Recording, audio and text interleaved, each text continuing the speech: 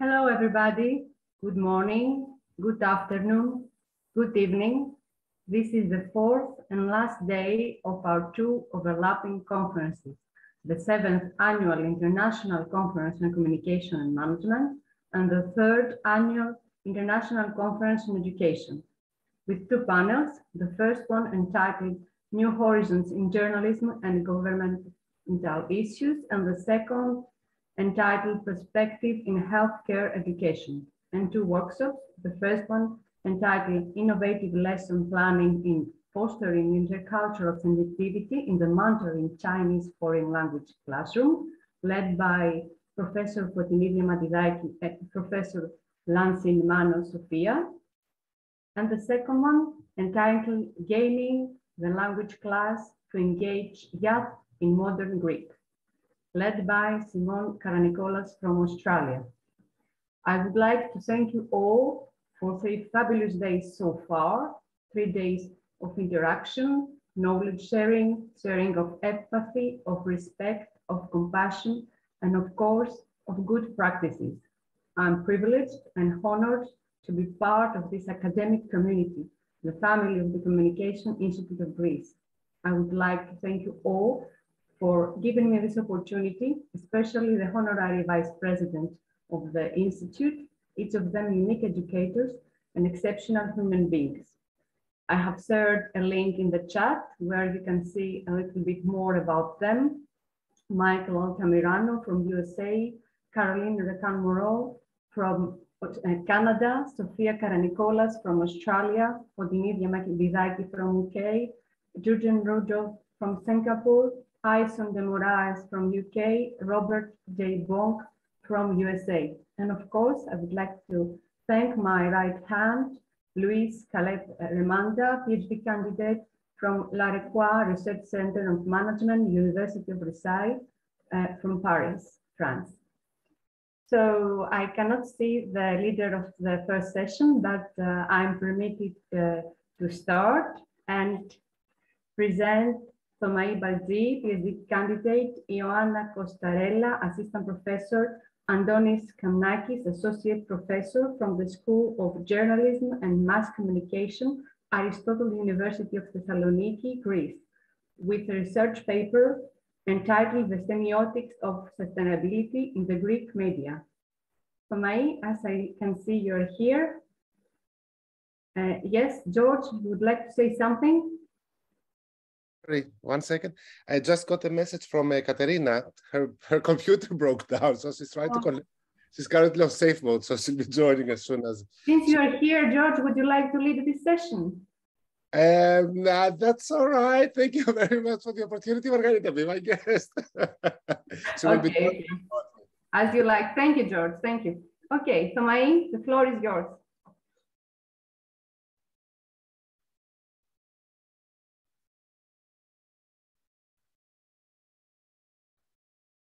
Thomaï, can you listen to us?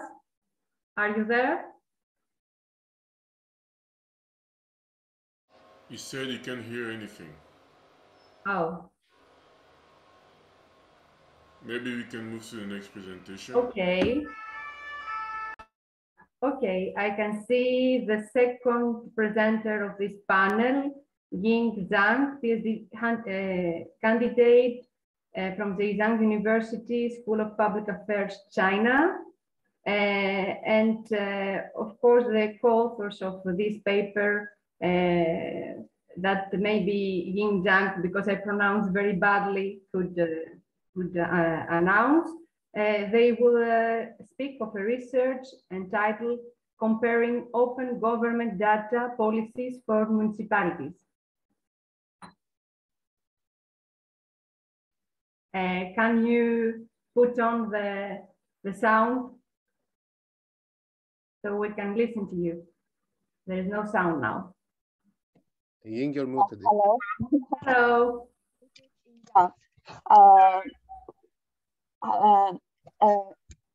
You mean I started to my presentation now at first? Yes. Oh, okay. Because I remember I was the second one. So. And Professor Diamadakis is here, so she can take the lead. We start with the second presentation Waiting Thank you very much. I'm sorry I had a problem with my computer, but now it's working. It was in safe mode and couldn't turn it on. So we can continue now with the presentation. Oh. Okay. I share my screen. Can you see the screen? Mrs. Young, yes. Okay.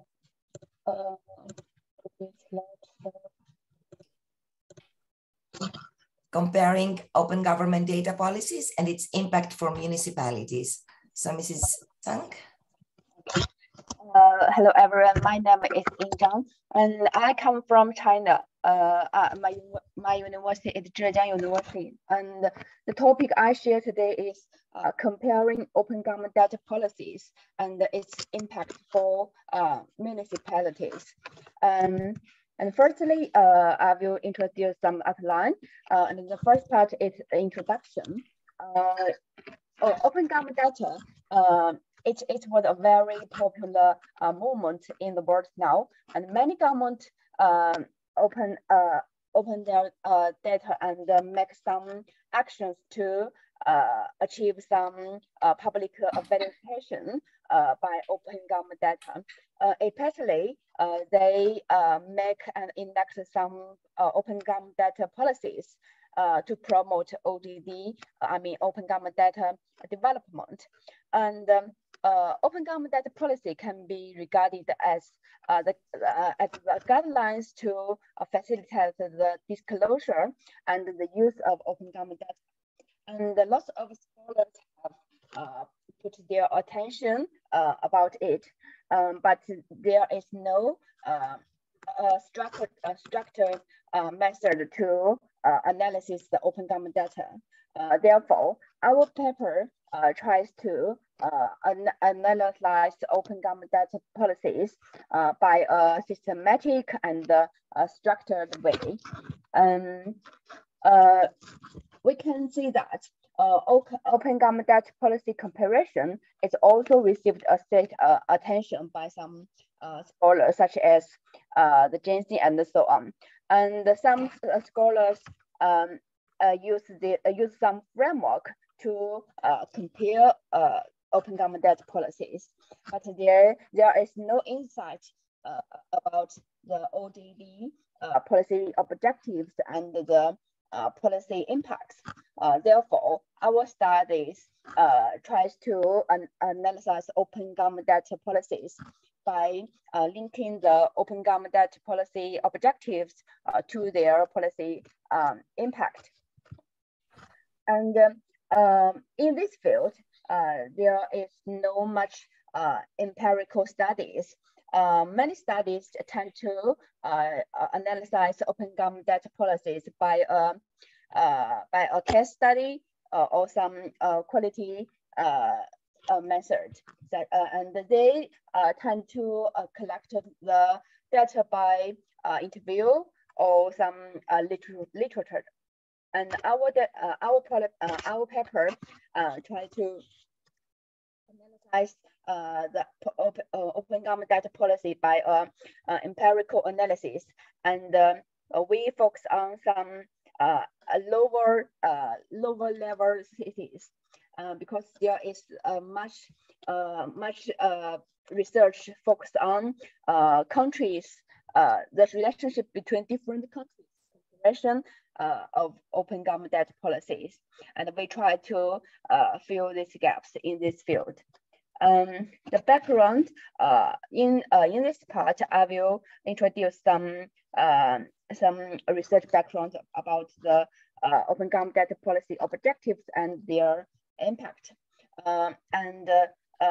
Another section is about some policy framework for comparison.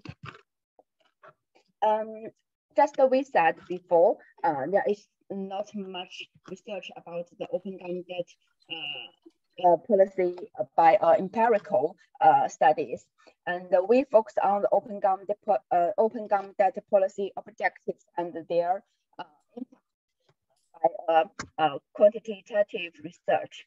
And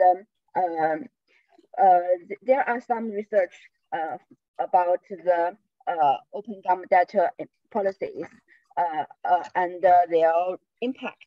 They use some interview method to compare open government data impacts in qualities in some countries. And some researchers found that open government data policies have a different impact. I mean, have a positive and negative impact when it has the influence on a city. And although there are some policy objective open government data policy impact, some negative policy impact also exist in this field. And some scholars compare the open government data policies by a framework, and these scholars focus on some different elements of open government data policies, such as the open government data environment, some open government data content, and so on. Just like these scholars.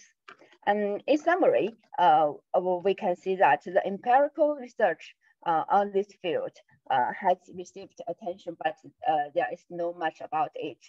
And we also can see that some empirical studies concerning this issue are based on some conceptual or qualitative method. And the procurement method about interview method is welcome in this field. And some case study about it are concentrated on some developed countries, and some policy elements such as some OGD environment and their content, but there is no much insight about the open government data policy elements and their impact. Therefore, we try to add this field by some empirical methods and the policy open government data objectives and their influence on the open government data impacts.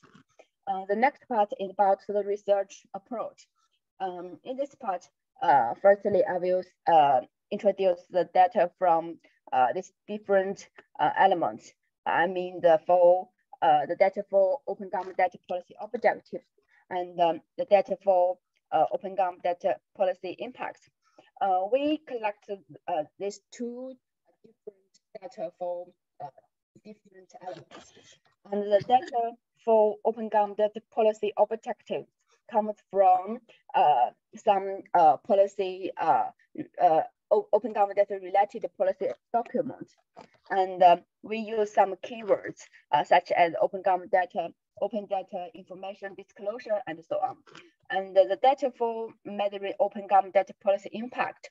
And we set up, we construct a theory of indicators, and the data of it comes from some Chinese government websites, the open government policies, and some economic and social indicators in Chinese websites. And the analysis, we also use different methods to measure these two elements. About the open government data policy objectives, we extract open government data policy objectives by Vibili or matrix method, and we choose top 10 of the central government policy objectives because in Chinese context, the central government have authority to govern the local governments. So it's a standard to measure the local governments in different regions. And about the second is we link the open government data impact to open government data policy objectives.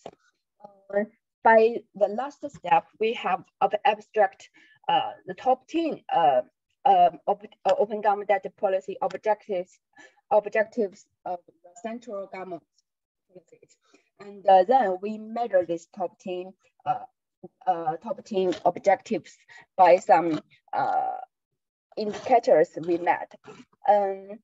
We also reference some method about existing literature. And so he also links the impact to the society and the citizens, some performance of them, I mean, to measure the open government data objectives. So if we follow this method, and in total, we selected the top 10 of the central government objectives based on a policy objective network. I mean, a bibliometric method, and we set up a set of open government data policy indicators for measuring these top 10 objectives. This is the research approach of our paper. The first is the data collection for different elements.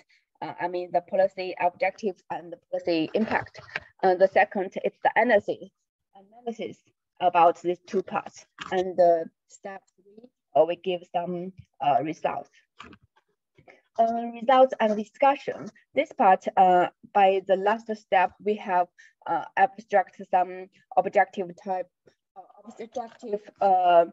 objectives, and we proposed a novel policy objective types to summarize all the objectives. And we also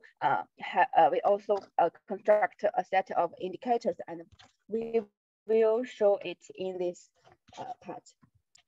And we also do some comparison about them.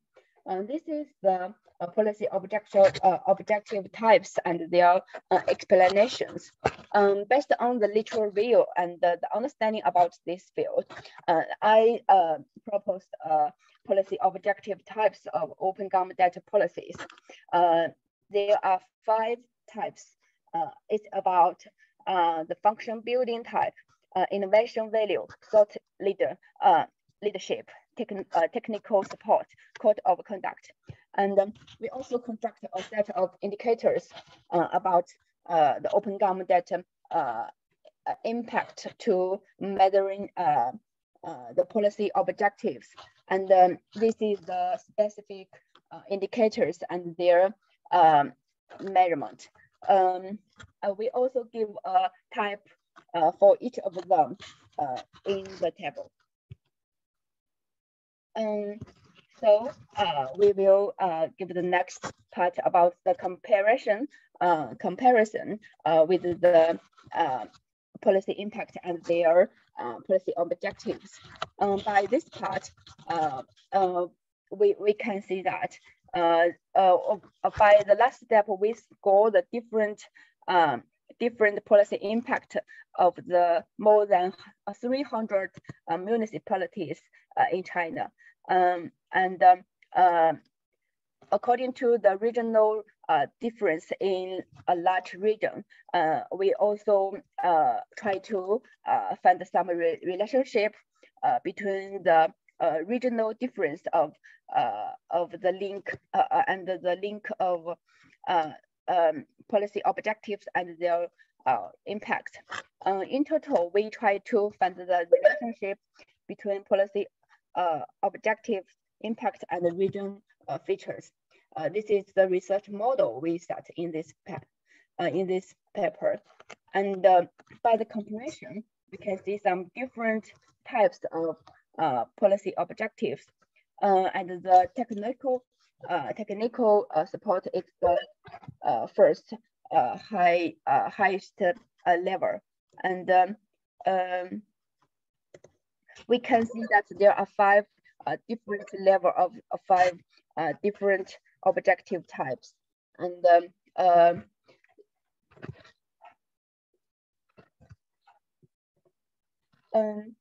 we can see some different specific level of each of them. By the comparison, we can see that the highest level is the of the policy impact is the technical support, and followed by the funding building policy, and the other types. Also, by the comparing the main policy objectives in different regions, we can see that because there are four kinds of regions in China based on the literature review. It's a common sense in China to compare different development level in social and economic cities in China. So we follow this method. And by this figure, we can see that there are large regional difference about the policy impact in top 10 policy objectives. And the blue one is the eastern region. And this region in China, it's the most developed region, and it has the highest social and economic conditions in this field. In total, in general, it has the highest in each of highest policy impact in each of policy objectives, and the different regions have different levels of them. It's some basic explanation about the figure. In summary, we can see that the same type of policy objectives has diverse levels in different regions, and there are five different open government debt policy types, and we have found the relationship between different policy objective types and the regional difference and the policy impact. The conclusion, in this part, we have the first we give some main conclusions about the funding by the comparison. Just like we said, the main comparison about the different elements. The second, about the contributions of this field, our paper tried to fill a large gap about the open government data policy comparisons by linking the policy objectives to their impacts, and we try to analyze the policy open government debt policies by a structured and systematic method. In this field, we try to add some empirical studies, and we try to answer the core of the policy objective analysis of some scholars. Also, the relationship between policy objectives and their impact in different regions. We also replies the call of some scholars for some theoretical conduct dependence, and our research is a first one to quantify open government debt policy objective types, and to analyze it and the relationship between it and the policy impact by a large number of open government data samples. Our samples come from more than 600 policy documents and more than 300 cities at lower levels. This is our main findings and contributions. Lastly, in this field, we can see some research directions. because we just abstract the top 10 of the policy objectives. In total, we have abstract the six, 9, but we only set indicators of the top 10 because the based on our data we can get, and because there are so large of work to analysis a lot of every objective, and also our data comes from one single country. And Yingzhang, sorry to interrupt, but you have taken all the time, and we have said 15 minutes. So can you please conclude? Yeah, I have finished. Okay, thank you. Oh, thank you. Does that leave time for any questions? Maybe one question? Well, for me, it would be not a question. It would be just to congratulate Yingzhang and her co-authors as well. Because as I said, the first day where we had another participant from China, I appreciate the fact that the universities we collaborate with and China in general has faced a great deal of troubles with all the things that include the pandemic. And congratulations for your research and for participating in an international event. And please, if we have one very small question for Yingzhang. Okay.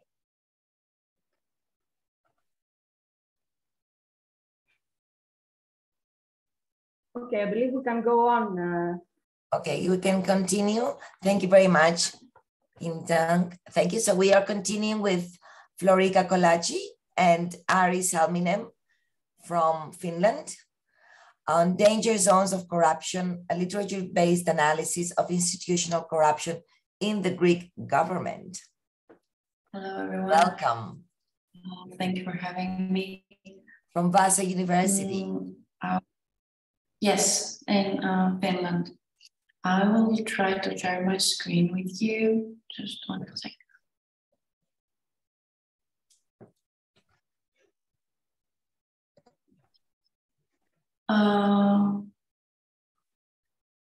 Can you see? Not yet. Oh, there you go. It will appear.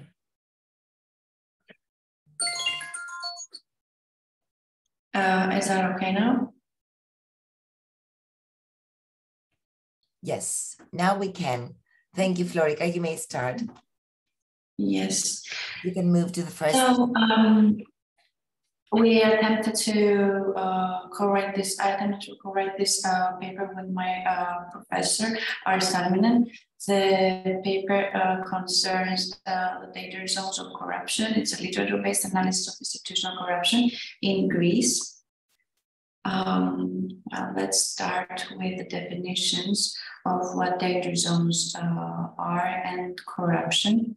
Well, the danger zone is a risk area that slowly turns ethical behavior into immoral, dishonest, and illegal. Thus, danger zone is the borderline between where the petty corruption turns into grand corruption. Our study examines 3 major potential danger zones of government corruption, which are clientelism, delay in judicial system, and tax evasion. Based on definition, corruption is probably everybody knows what it is. The public office abuse to private gain. It's categorized in petty corruption, such as maladministration and grand corruption. The consequences of corruptions are that it hinders the development of society, undermines democracy, disturbs social cohesion, jeopardizes the credibility of public institutions, and poses a threat to the state's legitimacy. Steps that need to be taken to reboost anti-corruption strategies in Greece could be to appoint a coordinator to implement anti-corruption policies, reinforce the internal control mechanisms, and implement social strategies in vulnerable administrative areas. The methodology we used was, it is a literature-based analysis through systematic data collection. The secondary data focuses on literature primarily from Greek research, considering their views that would be more important to understand better the indigenous conditions of institutional corruption. You may find the detailed list of researchers in the actual paper. Institutional approach of corruption. Our study utilizes the theory of institutional corruption developed by Dennis Thompson, who claims that institutional corruption occurs when an institution or its officials receive a benefit that is directly useful to performing an institutional purpose and systematically provide the service to the benefactor under conditions that tend to undermine procedures that support the primary purpose of the institution.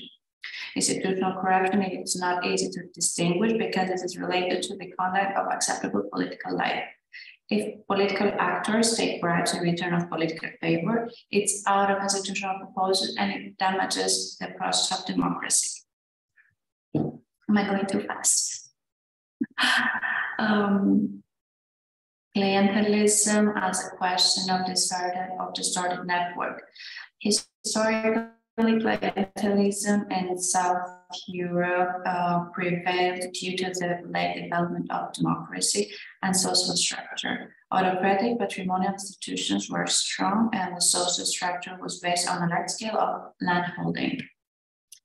The identification of clientelism as a danger zone, how to identify clientelism as a danger zone of institutional corruption. Clientelism is an institutionalized social phenomenon that occurs mostly in the poor and marginalized members of the society who have limited access to formal sources of assistance. It is a network of distorted relations among the citizens and the state. It may not in itself be considered a corrupt behavior, but it forms the preconditions for institutional corruption through the dysfunctionality of institutional purposes. The persistence of clientelistic practices within the Greek administration structure is mainly an attitudinal and behavioral problem inherent in political party system and national government style, encouraging therefore the rise of institutional corruption. How clientelism flourished as a result of socioeconomic, historical, and cultural causes, as a result of strong state and weak civil society, and as a lack of general redistribution processes for social wealth, welfare benefits, and social protection. The outcomes of clientelism are the following: remains problematic for organizations as it comprises the public interest and provides unsuitable services. Clientelism deprives voters from their ability to hold politicians accountable. In a clientelistic system, the ability of the government to formulate, promote, and implement remains limited because the patron not only values its members as voters, but also as active members of its broader network. Clientelism sets the foundation for corrupt relationships inside public institutions. Ultimately, it can lead to distorted network and harm the basic aims and democratic values because citizens are treated unfairly. The second aspect of the research is the delay in the judicial system. The problems of delays are discussed as a danger zone that causes dysfunctional consequences to a just and efficient process of judiciary. Inefficiency is linked to maladministration and mismanagement of the government. It easily hurts the whole democratic process because deeds of institutional corruption of involved actors cannot be easily penalized. A brief statistic: Greece holds the last place among EU member states in terms of the speed with which legal institutions take legal actions for the award of justice. In a random sample made in 2007 by Mitsoglou and Pelagidis, was found that 20% of cases had not been decided even after 10 years, and 65% of the cases were between 5 to 10 years old. The main reasons for the delay of the judicial system are the following: the lower courts are not following the procedures properly, they neglect or misinterpret laws, The solution of the problem itself determined the legal system to operate slowly because of the conflict of interests of certain privileged groups, complex and costly process and procedures, and lack of transparent rule of law. Outcome of the delay of the judicial system: lack of people trust in democratic institutions, violation of human rights, prevention of economic and social change, limited access of citizens leads to discriminative and biased behavior to underprivileged citizens. Actions to be taken in order to tackle law delay is to balance the enhancement of out-of-court settlement, simplify process and procedures, enhance transparency of rule of law, and reform legislation whenever needed. The last and final aspect of the study is tax evasion, which is named as a question of institutional misbehavior. Reasons that may lead to tax evasion are the weakness in the tax system itself. People gradually develop a corrupt behavior that creates a new norm in the relationship between the state and the citizens. Overregulation of the legal system has led people to lose trust in public institutions. Mistrust decreases the efficiency of administration, therefore. Lack of efficiency in distribution of public money. Tax evasion results to black hole in government revenues, unfair tax distribution, improper function of the public sector, inefficient delivery of services, and underperformance of institutions. The way to tackle tax evasion would be to increase transparency with public money, establish a legal framework that keeps politicians accountable, establish a range of policies that will aim to increase tax morality and change the culture of paying taxes, emphasize the societal and economic benefits of the citizens from the tax compliance, creating a fair tax system, imposing national and consistent penalties. Then we have this table where we can see instruments how to tackle corruption and how to control corruption, which was basically created from my supervisor based on his previous studies, where we can see areas of instruments, control, and their function, whether they are effective or weak or less effective. You can study those in the paper later on. Some concluding remarks that we have from studies: the potential growth corruption is the potential growth of corruption institutions, citizens mistrust in the government and politicians, the decay of the value system in the society, and incomplete implementation of anti-corruption strategies throughout the government institutions. That was all. I was fast. You're on time. You didn't exceed the time limit, which is rare to find. How was it? Because I was a little bit stressed. I was a bit quick. Okay. Yes, option. Okay, so are there any questions or statements or an interaction from the audience? Yes, Margarita. Yes, a comment again. As I have written in the chat, well, the delay of judicial system in Greece is actually a sad statistic, but now we know it's true. And how to tackle tax evasion should maybe shared with governmental actors. So maybe, Florica, if you complete your research, maybe you could share. This would be interesting. Yes, I'm not sure. Do you have a background in law, Margarita? Is it so? No, communication. Because I was in the impression that you did, and I was thinking that you might have some comment indeed. But yeah, that is true, and you're absolutely right. My background is not in law, so I'm not 100% aware of the situation there. So my knowledge on judicial system started and maybe continue with this paper. But I think that you were right, and that would be a case. Let's see. Yes, we hope so. Can I ask Florica something? Has there been any progress over the last years or the last decade when it comes to tackling tax evasion as well as rationalizing the tax system? in Greece? Has there been any change or progress at all? Yes, I think that there have been so many attempts to reform public administration in Greece generally in so many areas, but for some reason we face the same issues all over again. I'm not in place to say what exactly the problem would be, but even based on my research, on our research that we did with our professor on recent statistics, etc., the problems are still there.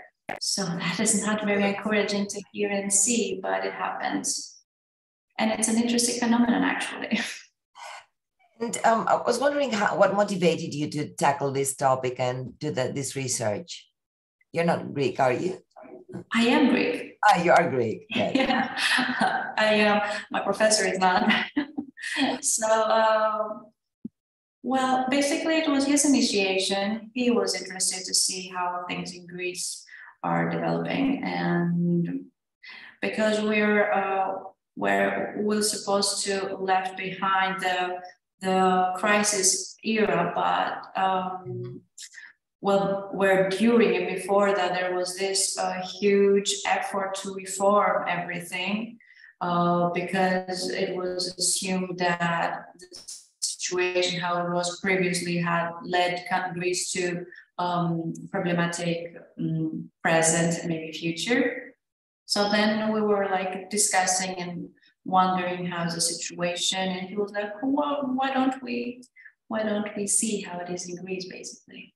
So yeah, but it was his initiative. He was interested in how things in Greece are, and I was very willing to, because sometimes you as a citizen, you see and you feel like you know how things are, but maybe it's different to see, to value things out of experience, and it's different to value things based on facts and research or studies.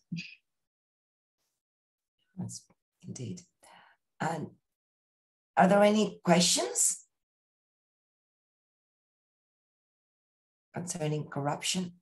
Can I ask a last thing, Florica? I'm not very knowledgeable about the topic, I confess, but do you make any distinction between corruption at the state level and corruption that is, it can be a norm at the citizens level? Because I think there are different levels of corruption. No? Yeah. Well, speaking about Greece and what we learned from our experience, the norm and the culture around clientelism and corruption, and well, clientelism and corruption generally, if you have all of them, it was initiated from the political system and not the other way around. So it started there and then embraced the whole society. So yeah, I don't know if that was the question. And then it was developed as a cultural thing.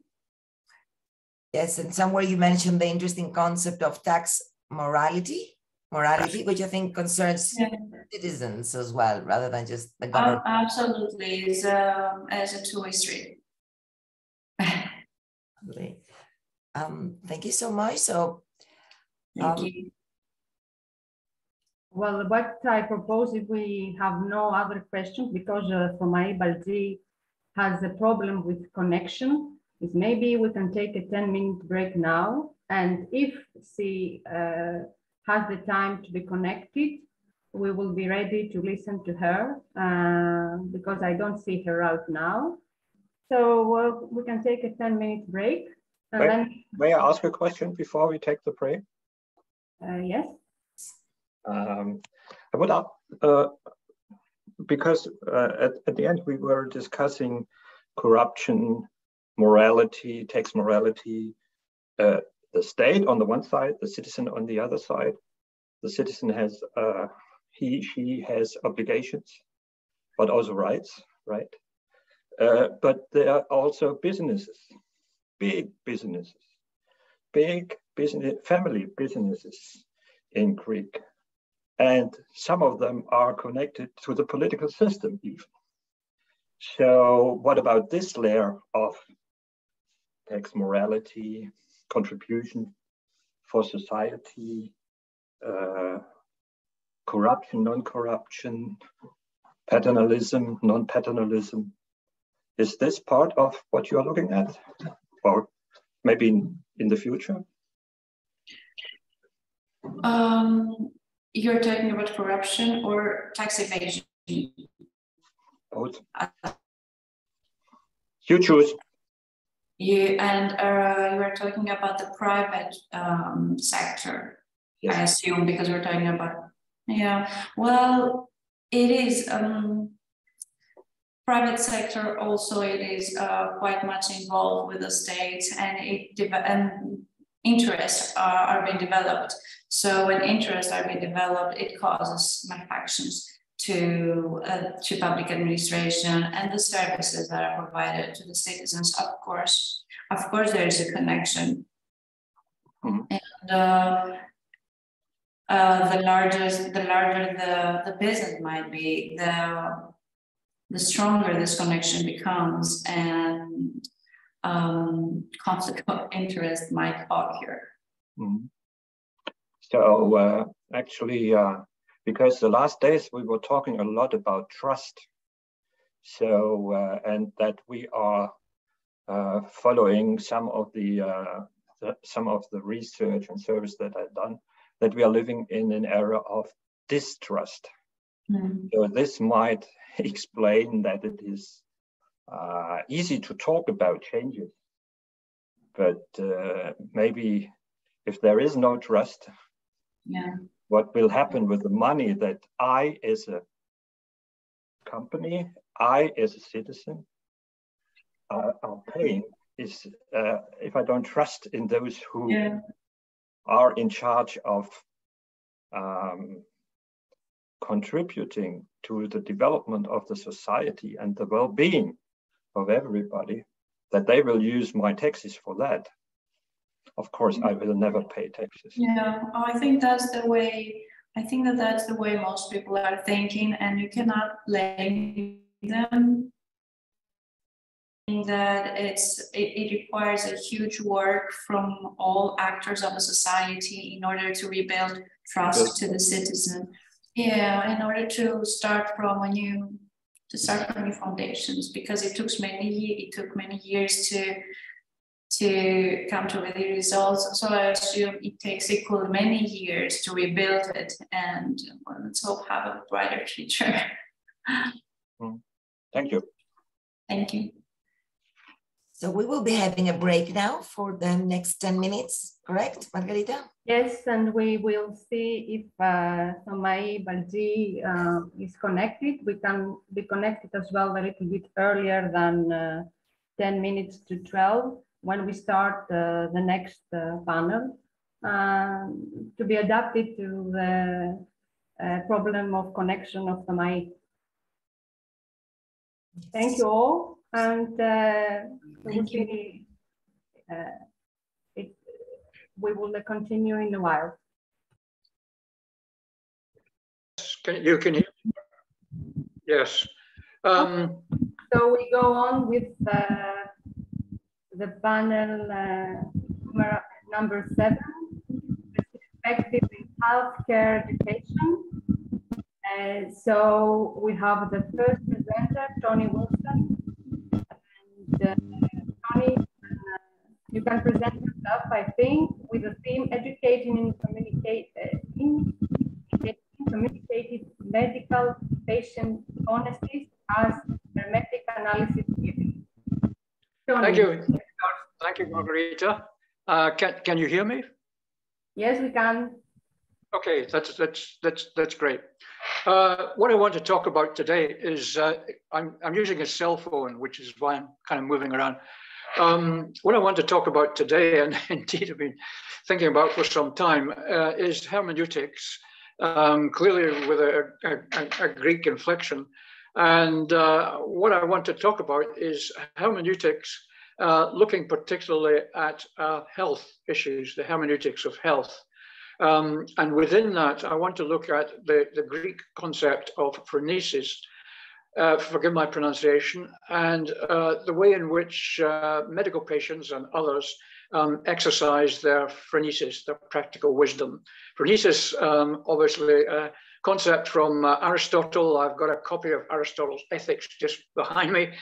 And I will want to illustrate this using examples from what's called rather weightily interpretive phenomenological analysis, a qualitative psychology approach, which I would like to add some hermeneutic concepts to the development thereof. Could I have the first slide, please? Is that possible? Sorry, I'm using a cell phone, so I can't. Sorry, Tony, just a minute, I will put it. Yeah, sure, yeah. Sorry, I can't use PowerPoint on this cell phone. Yes, sorry, I just need a minute. Yeah, sure. Well, I'll continue from memory. The first slide, or rather the second slide, is a couple of quotations from distinguished authors about the place of phronesis within Gadamer's hermeneutics. Gadamer being historically and centrally the principal proponent of hermeneutics. So hermeneutics as, thank you very much. That's my first slide. Could I have the second slide, please? Is it the second one? The second one, please, yeah. Okay. The other? The second one, the second slide, concerns distinguished authors pointing out that phronesis, practical wisdom, is a central concept in Gadamerian hermeneutics. He says that investigating phronesis is a central activity of hermeneutics, and that is supported by a second speaker. Now, the third slide, if I could have that up, please. Is that possible? I can't do it here. Wait, here's the first one, the second, the third. The third. This one? We can't see them, Margarita. Oh, you cannot, okay. No, did you want to play the slideshow maybe? Number 3. In the third slide, what I am arguing is that using the empirical investigation of hermeneutics, particularly in health studies, that the concept of horizon, the spatio-temporal metaphor and material idea of a horizon is absolutely central. So what I'll be illustrating in these slides is the way in which medical patients and others much more widely, some in Malaysia, when they're talking about health issues, they refer to the horizons of their understanding. And this metaphor is not something I'm importing. It's been absolutely central to the development of hermeneutics throughout the centuries. Indeed, going back to Husserl in phenomenology. Is it possible to have another? I need to illustrate this with. Yes, I sent Luis. Yeah, we're coming. Yeah, via the email. Luis, can you please, because I'm having a problem here. Yeah, just. Thank you. A couple of minutes. Can you give me a couple of minutes, please? I'm downloading this. Thank you for your understanding, but don't worry, we have the time.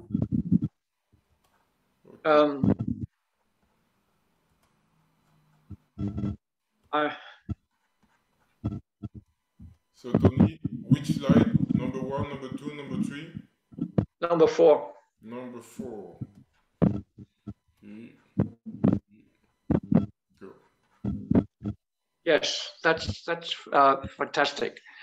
Okay, so this is an example taken from an article by Jonathan Smith, who is indeed the principal proponent, amongst others, of interpretive phenomenological analysis. And the example is from a hospital patient undergoing the process of hemodialysis, the process of artificial kidney machine attachment.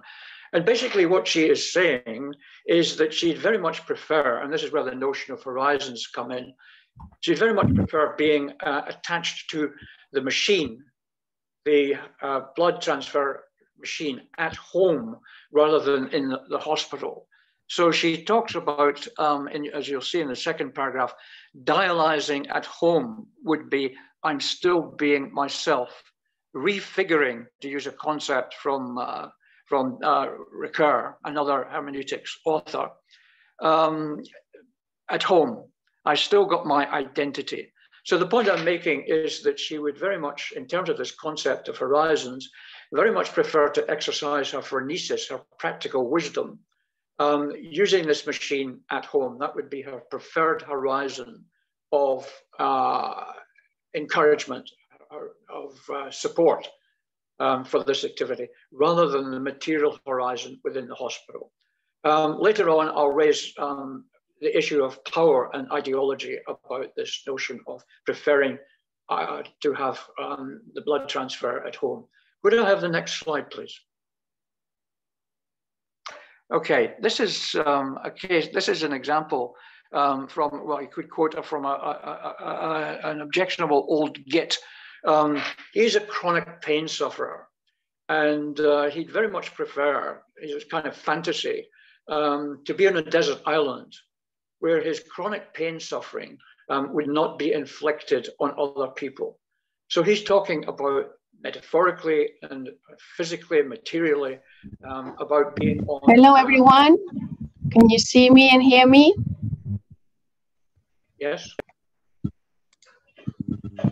So he is talking about, sorry, my eyesight's not great, I'm trying to read this. He is talking about a refigure identity, a practical coping, to use Heidegger's concept, all day. Hello, everyone. Just letting yourself, it doesn't matter what you do. So the point he's making is that on this desert island, okay, somebody, with this preferred horizon, so if we starting, not inflicting his pain on other people, so change of horizon. Could I have the next slide, please? Oh, I can't see anything, sorry. Yeah, okay. We have Tony who presents now, but don't worry, try to reconnect if you have connection problems. Okay, Tony, sorry. Okay, yeah. Oh, Linda, this is an example from Linda. Her lower back pain is infringing her phronesis. Her phronesis is cut down. She cannot exercise her practical wisdom. And the point I'm making here is that the concept of horizon is applied both temporally and spatially. So she says, I used to work like a horse. So here she's talking about her horizon, her limitations being applied temporally. It's this temporal metaphor in this situation. But then she goes on to talk about the way in which I can't do half of what I used to do. And here it's her behavior is limited. The horizon is circumscribing her behavior.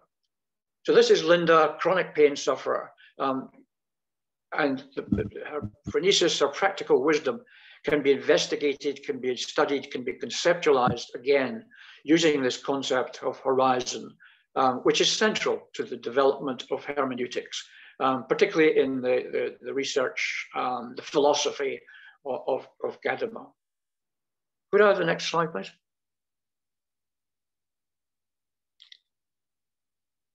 Again, what we have here is an example from a care home. Participants, older participants, taking part, participating in, being enclosed within a care home. And here again, the concept of horizon is applicable to investigating, to researching, to analyzing what they say. I mean, it must be very clear by now that I'm not a quantitative investigator. I'm looking at this qualitatively in terms of analyzing people's descriptions. They're making present of tacit memories of the past or of their daily life. So here we have this participant talking about, they're in this care home and talking about 4 walls to see, 4 walls closing in on me. Very much this notion of an impacting horizon. Sitting on the chair outside, my hat on, and people coming out. So again, this notion in the care home of a material horizon, indeed a metaphorical horizon, circumscribing their experience. Again, it's a concept which can be used to analyze what they're saying. Could I have the next slide, please? Now, this is a slightly more optimistic example. It's the first of my 2 Malaysian examples. It's a Malaysian student. He's looking at, he's been looking at a video that I showed during a research presentation, a research investigation. And it's a video of University of Malaysia, Sarawak, the university there.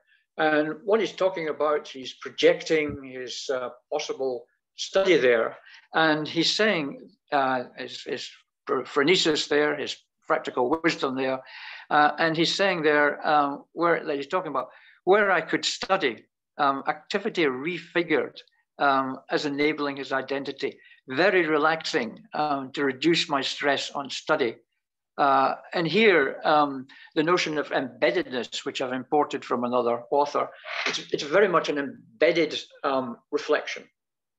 So yet again, the notion of horizon, central to hermeneutics, appears also central to analyzing what the student is saying about his preferred, his possible, his future-looking study on University of Malaysia, Sarawak. I mean, I taught there for 3 years. It is a very beautiful campus situated around a lake, about 20 kilometers from the city of Kuching, which is an extraordinarily interesting city. Okay, can I have the next slide, please? Okay, this is a Malaysian example. It's not such a happy one. Again, it's a chronic pain sufferer. And what she's talking about, and again, I'm analyzing discourse, I'm analyzing conversation. And what I'm suggesting is, again, that this notion of horizon, central to hermeneutics, is entirely applicable to understanding, to positioning, to placing what this person is saying. So she says things like, I'll avoid light, noise. Too many people around me get me upset. Keeping myself alone, I control myself in the room. Sorry, trying to read this, my eyesight's not good. So again, the notion of horizon is applicable. The room almost becomes a final horizon, but a sanctuary, a safety horizon, rescuing her from her chronic pain experience, which is sadly increased when people are around a preceding horizon of activity.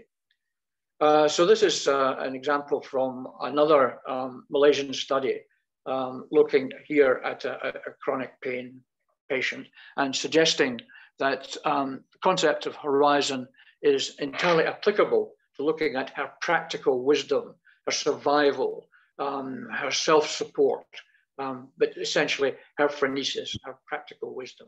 So I think Gadamer is entirely correct in suggesting that phronesis, the investigation of phronesis is a central activity within a hermeneutic study. That's what I'm pursuing here. Could I have the next slide, please? And here we have an example of horizons being used in terms of these drinkers, student drinkers. And the notion particularly here is to quote Gadamer, is the way in which horizons, the expansion of horizons, of the opening up of new horizons. And what these 3 student drinkers are experiencing is exactly that. Michelle, the less and less I drink, the more her self-identity, her sense of self is enhanced. And likewise, Kate experiences an almost ethical self-understanding when she's drinking. But finally, the third example is of the student who talks about, it's Paul, I think, who talks in terms of a slightly different hermeneutic concept, the horizon of expectation. And his horizon of expectation is that if he drinks too much, he will be socially embarrassing. He will become a social issue.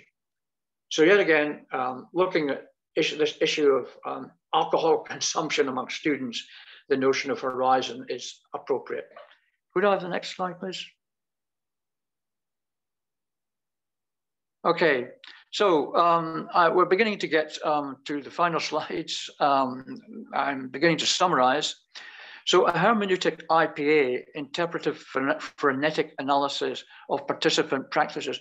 What I'm just suggesting here is that interpretive phenomenological analysis, which is, as I said, the description, the nomination of this qualitative international mode of psychological analysis, might well be, in terms of historical accuracy, referencing back to Aristotle, be referred to as hermeneutic phronesis analysis or hermeneutic phronetic analysis of participant practices, because the phronesis, practical wisdom, is, as I keep saying, a central concept, central practice within hermeneutics.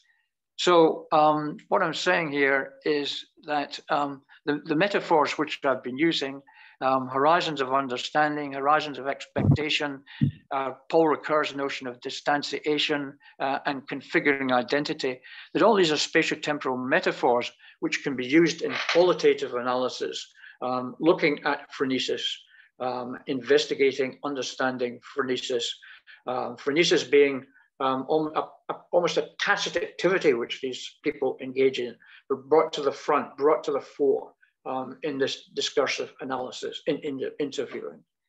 I'm also suggesting here the notion of a fusion of horizons. This is not original. The way in which an investigator talking to the investigated, the researcher talking to the researched, this is a notion of a fusion of horizons. The perspective, the representational perspective of the participant being investigated, analyzed, thought about, reflected upon by and through the horizon of the investigator, the person doing the investigator. And last of all, not to exclude, I mean, I've learned some very interesting concepts during this conference, particularly the notion of tax morality is a very interesting idea.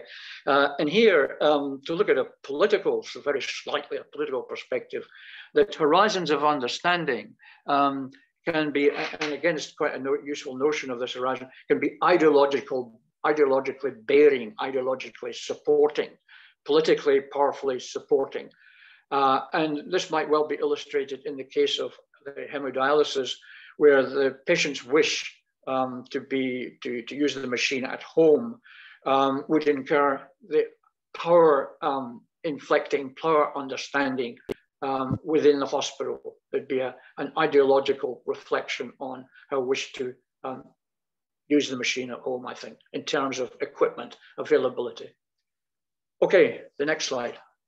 So in the next slide, what I'm talking about is really a summary, which is that looking at an interpretive phenomenological analysis or an interpretive phronesis analysis, historically accurate, of participant practices, there are 8 aspects which I wish to point out and which I've been alluding to in this short talk.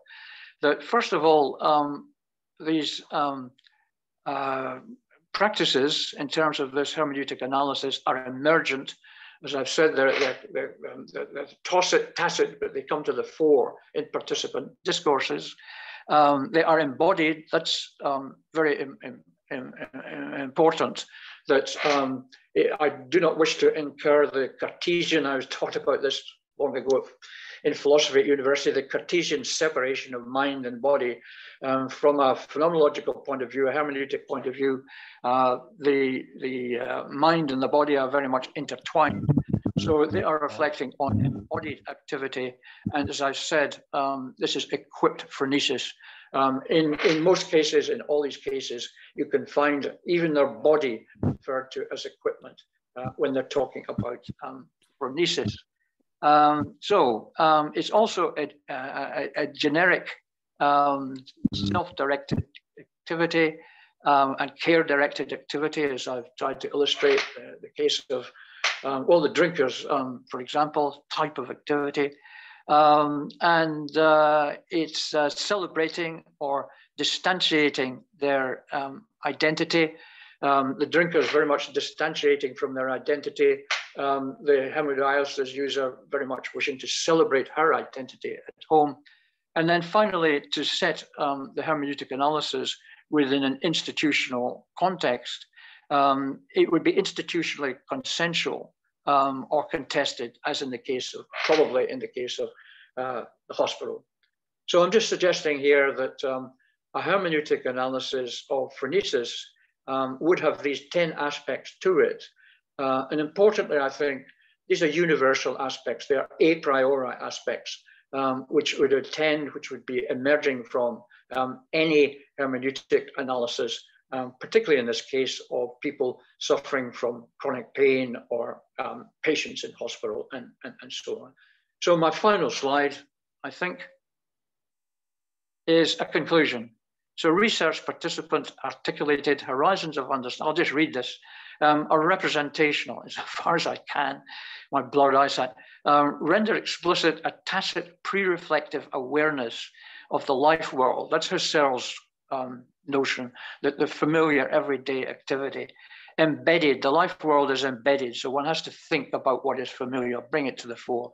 Embedded in a participant's meaning-making practical consciousness. So I'm trying to analyze practical consciousness, to use Giddens. Giddens was director at LSE some time ago. The notion of practical consciousness in terms of phronesis. So phronesis is pursuing personally propitious practices, refiguring participant identities. Lots of letters P there, but that's what I'm suggesting. That practical wisdom phronesis within this hermeneutic study is very much about refiguring identity, constructing identity. So thank you very much. That's the end of my presentation. Thank you. Thank you for the applause. Thank you. Thank you. Thank you so much, Tony, Mr. Wilson, for your presentation. And I apologize again for crashing in the middle of it. And without listening, I couldn't hear before. That's why that was a fusion of horizons. Confusion. Hopefully Phronesis will help us move forward, as in this presentation says. Shall we make maybe some comments and ask questions? I see Carl has his hand up. Carl, would you like to go ahead? Thank you. Yeah, thank you very much, Tony. Talking about Wahrheit und Methode und Sein und Zeit and so on and so forth.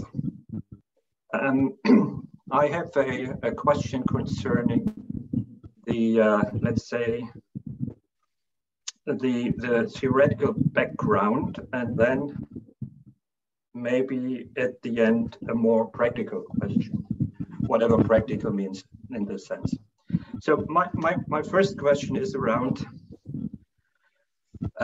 isn't there a missing link between what I would call a paradigm or a philosophy of science and then the analysis of the empirical data?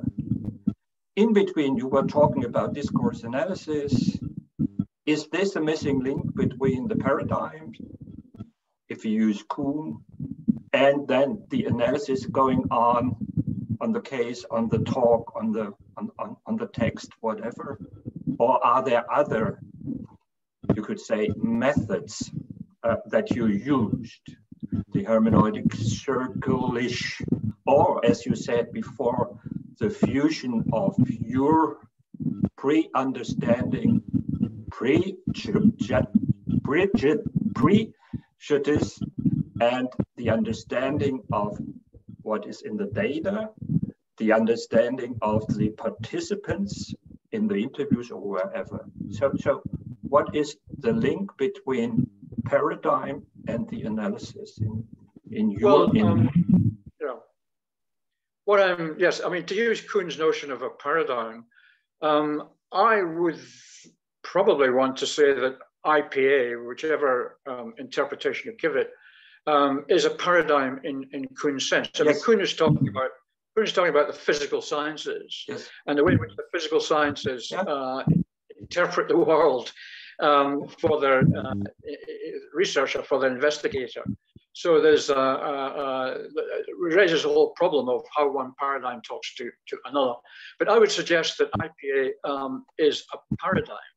Okay. Now, I did use the notion of discourse, and my understanding from the books, the writings within interpretive phenomenological analysis, is that it's very open to the use of other methods, such as discourse studies, in analyzing people's contribution.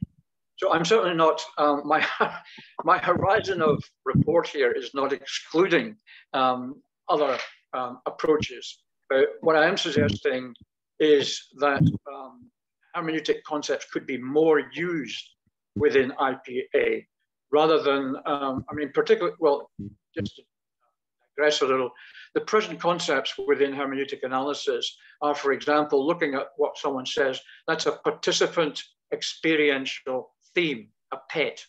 Now, what I'm suggesting is that that could be further analyzed or used in terms of the notion of a horizon. So we get actually to the, you talked about the hermeneutic circle, we get to the notion of a hoop. Or a spiral. Yeah, a spiral, indeed. Exactly, both up and down. We get to the notion of a hoop, my suggestion, a horizon of understanding which is participant-oriented in terms of a hermeneutic circle of constructing their experience into a unity of understanding, which is that horizon of understanding. So the drinkers, sorry, just one sentence.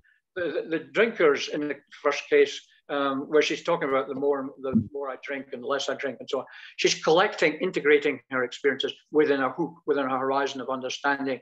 And that would be, the horizon of understanding would be something like personal insight. Sorry, continue. Yeah, thank you. So the second question is, and you started already with your last intervention, or your last sentence actually, you started answering my question. The question is cui bono. So what can be, for whom, become better by using your way of analyzing the data in a phenomenological, hermeneutic, a mixture of both, in my opinion, actually it is, when you are going to recur, for example. So does it help? Is there any idea that it makes physicians better, that it makes health system better, that it makes better listening to the patient? Yeah. So where can we use it in every day in our you called it life world? Well, I think the notion of horizons has strong historical employment, and that's not without reason. I think it was first used by Husserl to indeed analyze the notion of a life world. So the notion of the life world becomes the horizon of horizons, the familiar world, which can be analyzed in terms of my horizons of understanding and so on. Generally, since it's a familiar live world, these are tacit horizons, which one has to reflect upon, to bring to the fore, to make explicit, which is, I think, the point of hermeneutics. So the concept of horizon, does it make analysis better? Does it enhance thought?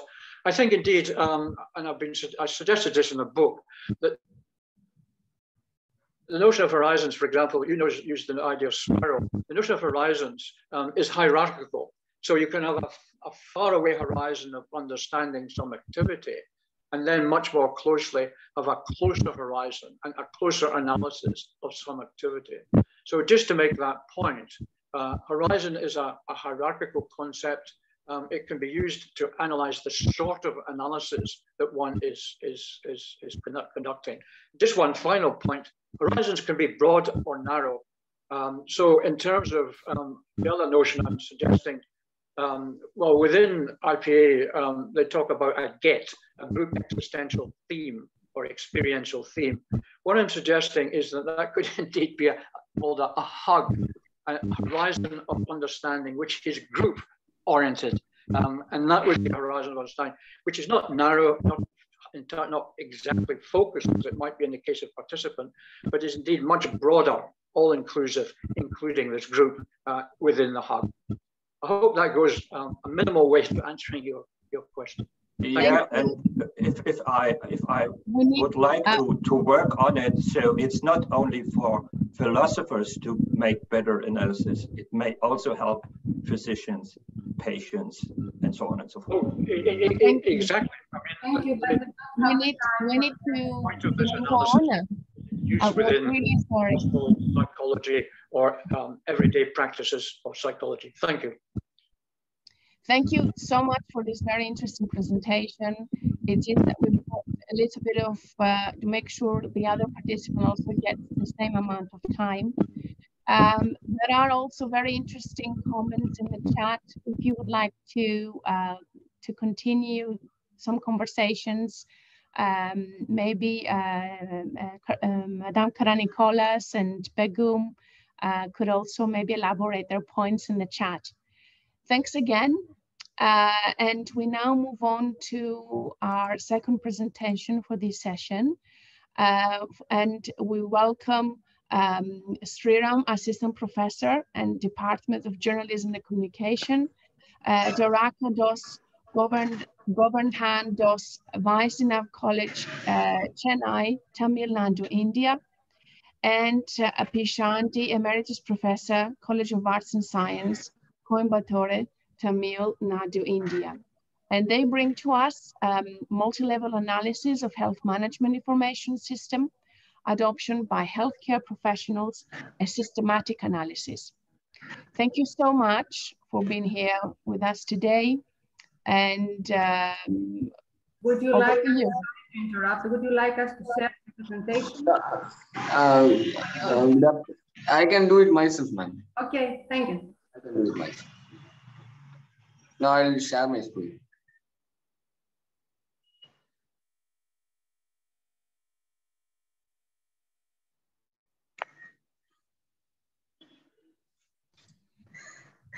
Amazing that we can now do presentations from a phone. It's just incredible. How many things we've got on our phone. Oh, excellent. Thank you. Yeah, yes. Yeah, so my topic here for the discrete presentation is multi-level analysis of health management information system adoption by healthcare professionals, a systematic analysis. So what's health management information system? It is viewed as a backbone and mainly helps in supporting the integration of various tools like emergency information, test ordering, electronic prescription, decision support systems, digital imaging, and telemedicine. And it mainly improves the clinical decision-making process in the hospital environment. So this study mainly analyzes the unique contribution of individual factors that would improve the HMA's adoption in the healthcare environment, especially the ESIC healthcare environment where I did my study. So these are the important review of literature. First one by Krishnan, Nagnekri, Yadav, Singh and Gupta in the year 2010. It says computerization saves a lot of time and it also improves service delivery, monitoring and further supervision activities in any healthcare setting.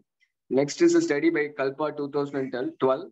It states that better diagnosis and better training and sharing of knowledge happens when a health information system is used in the healthcare environment. And scope of public health informatics is immense and it requires direct application. And funding also plays an important role. Only when there's constant flow of drugs, the HMA software can be successfully implemented in the healthcare environment. So the methodology I used here, it's a quantitative adoption study. I used questionnaires to evaluate the responses of the healthcare professionals. The selected districts is Shriram, could you go a little bit down? Thank you. A bit slower, please. Louder. You want me to be louder? Okay. No. Okay, sure. Thank you. Okay, so the districts which I covered under Tirunelveli sub-region of Tirunelveli, Thoothukudi and Kanyakumari districts, 3 districts have been covered. So on the model based on which I did my study here, technology acceptance model. by Davis 1989. And the other one is the revised technology acceptance model by Davis and Venkatesh, put forth in the year 2000. So, the sample size is 171 healthcare professionals and use probability sampling technique, which is simple random sampling. So the participants involved in the study are doctors, staff nurses, nursing assistants, lab technicians, pharmacists, administration officers, and IT officers. And survey questionnaire was distributed to each and every one of them in English. And I used statistical tools to do the quantitative study, and the appropriate statistical tools used by me are one-way ANOVA and post-hoc test. Here I did this is a table of means where the table of means for the constructs and respondents' occupation. Based on occupation, I did a table of means analysis here. Then comes the one-way ANOVA table. Here, significance level was tested at 1% level and 5% level respectively. So here, after the analysis, these are results. So since p-value is less than 0.01, so null hypothesis is rejected. At 1% level, the following dimensions were found to show significant differences. They are the following variables were showing significant differences, and the variables were system quality, computer self-efficacy, facilitating conditions, perceived usefulness, perceived ease of use, perceived behavioral control, attitude, subject norm, and behavioral intentions. All these variables show significant difference at 1% level after the one-way ANOVA. And further, when it comes to the healthcare professionals, technicians, pharmacists, nursing assistants, staff nurses, and doctors, so significant differences in their adoption level after doing the one-way ANOVA analysis. And all these healthcare professionals show significant differences with regard to variables like system quality, computer self-efficacy, facilitating conditions, perceived usefulness, perceived ease of use, perceived behavioral control, attitude, subject norm, and behavioral intention. So then I did the post-hoc 2K post-hoc test, and for the respondents' occupation and HMI's adoption factors. And these are the respective tables where I have taken individual variables and did the 2K post-hoc test. First one is the table for system quality, comparing the healthcare professionals with regard to the healthcare professionals belonging to different journals. Then I did the analysis for, then I took the computer self-efficacy variable, then comes facilitating conditions variable, then perceived usefulness, then perceived behavioral control table, then attitude, then subjective norm, and finally behavioral intention. So based on these tests, I came up with the following inferences. The 2K post-hoc test indicated that system quality, perceived ease of use, perceived behavioral control, attitude, subjective norm, and behavioral intention showed significant mean differences at 5% level. Then with regard to the healthcare professionals, technicians and administration officers showed significant difference with regard to variables like computer self-efficacy, facilitating conditions, and perceived usefulness. So all these factors, all these variables greatly influence their HMS adoption process in the healthcare environment. And significant behavioral patterns and significant adoption patterns have been shown by two healthcare professionals in the AACC healthcare environment respectively, and they are technicians and administration officers. Then I have sorted out the results. So mainly with regard to system quality, perceived ease of use, perceived behavioral control, attitude, subjective norm, with regard to these variables, significant differences have been shown mainly by administration officers. And with regard to variables like independent variables like computer self-efficacy, facilitating conditions, perceived usefulness, significant behavioral changes or variations have been shown by two types of healthcare professionals respectively, and they are technicians and administration officers respectively. And then comes the discussion part. Here, the mediating effect of technological knowledge is said to have two important effects. One is the technicians and administration officers are very much comfortable in using the HMI software. That is because the user friendliness of the HMI software greatly influenced their behavioral pattern, and it also made things easier and comfortable in the ESCC working environment.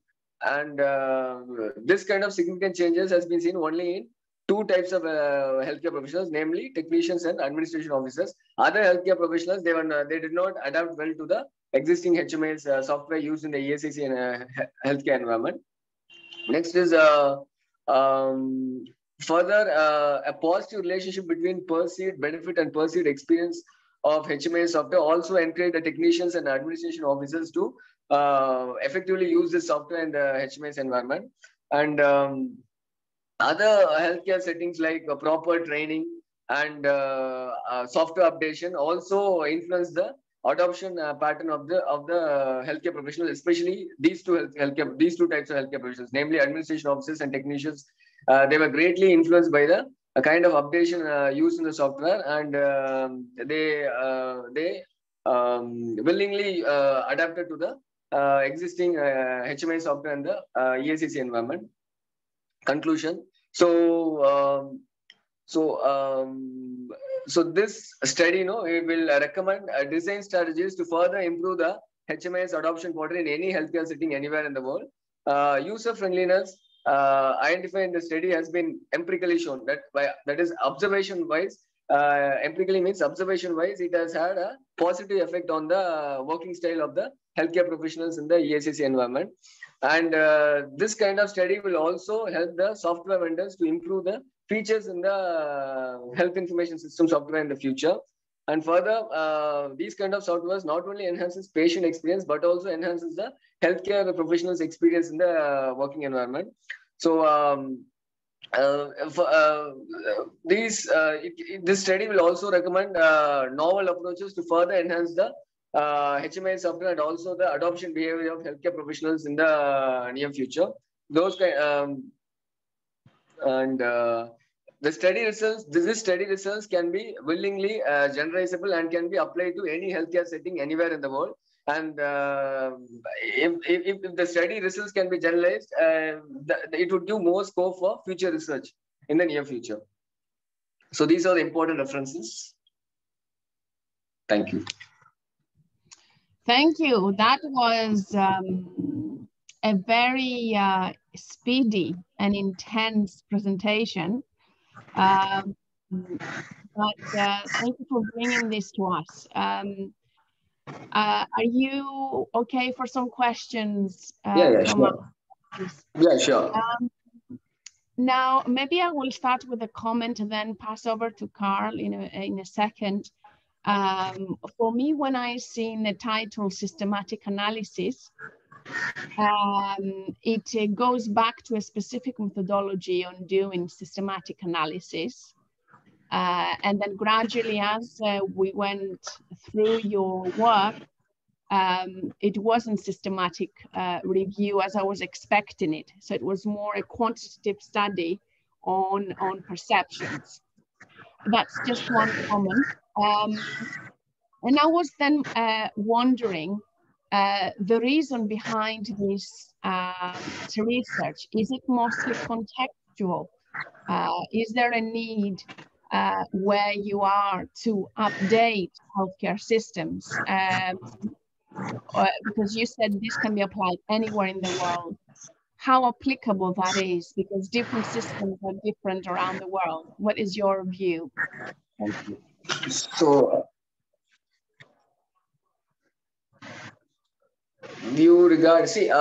this project, this ESCC Health Management Information System software implementation in the ESCC hospital environment, it's a central government project. So ESCC hospitals are present all over India. So whatever is done in Tirunelveli sub-region ESCC hospital, it can be applied to anywhere in India because it comes directly under central government. So if not, this result can be generalized in the world level. At least it can be generalized at least in India level.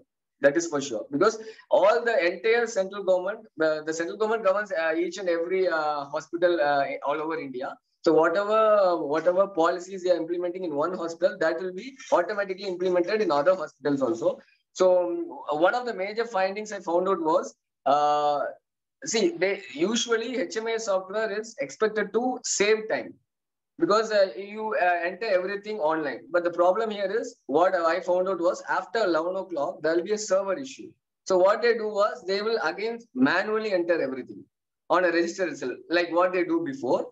And after, at the end of the day, they will give the register to the head nurse. Head nurse will again do the data entry work. So which means no, the actual why is this HMIS implemented? Why is this automation implemented? It is to save time, but that purpose has not been served. So it is because after 11 o'clock, there will be the server problem. Server will get down, and it is a pan-India problem that is stating. That was one of the findings. So this result, whatever I found, no, this server problem existing in Tirunelveli sub-region, it is existing all over India. So that's why I said whatever results I found out here, it is generalizable, and at least if not in the world level, at least it is generalizable at least in the Indian level. So that's why I said. Thank you so much. Carl.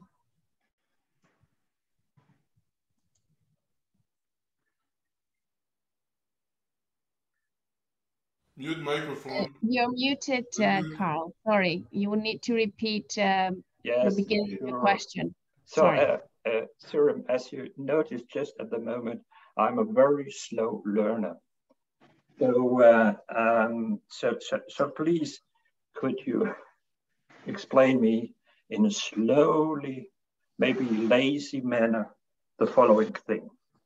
Okay. So, and it's about your understanding of technology I'm interested in, and especially knowledge about technology. In this case, software-driven technology.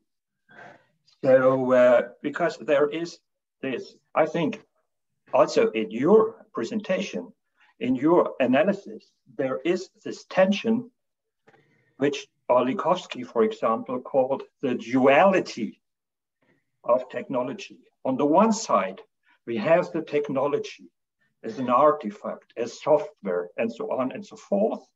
And on the other side, we have strategy. You were also talking about strategy. We have human beings as users, as those who develop it, developer, those who decide that we take the system in use, and so on and so forth. And both are working all the time together. And in your analysis, they are kind of apart from each other. But you try to look at certain factors that have an influence, how, if and how technology is used, which is great. But I think you forgot that it is not only factors, not only systems, and I think that's what you may mean by a systemic instead of a systematic analysis. So by which means can your investigation contribute to this discussion of duality of knowledge, or to go back to Tony's and Recur and others, social materiality, so that software is not only software, but becomes a materiality in a group, in a country, in a system. So this is a part of my PhD thesis. So I'll give you one more example of my findings. Okay, so you are stating that the dual role of technology. So it has its own pros and cons, right? So what I found out was earlier the patients have to bring their test records, everything in a file, okay, in a manual file. But after this technology being implemented in the ACC environment, all I have to do is bring a card with a number. So once the number has been typed on the software, all the patient history will be coming.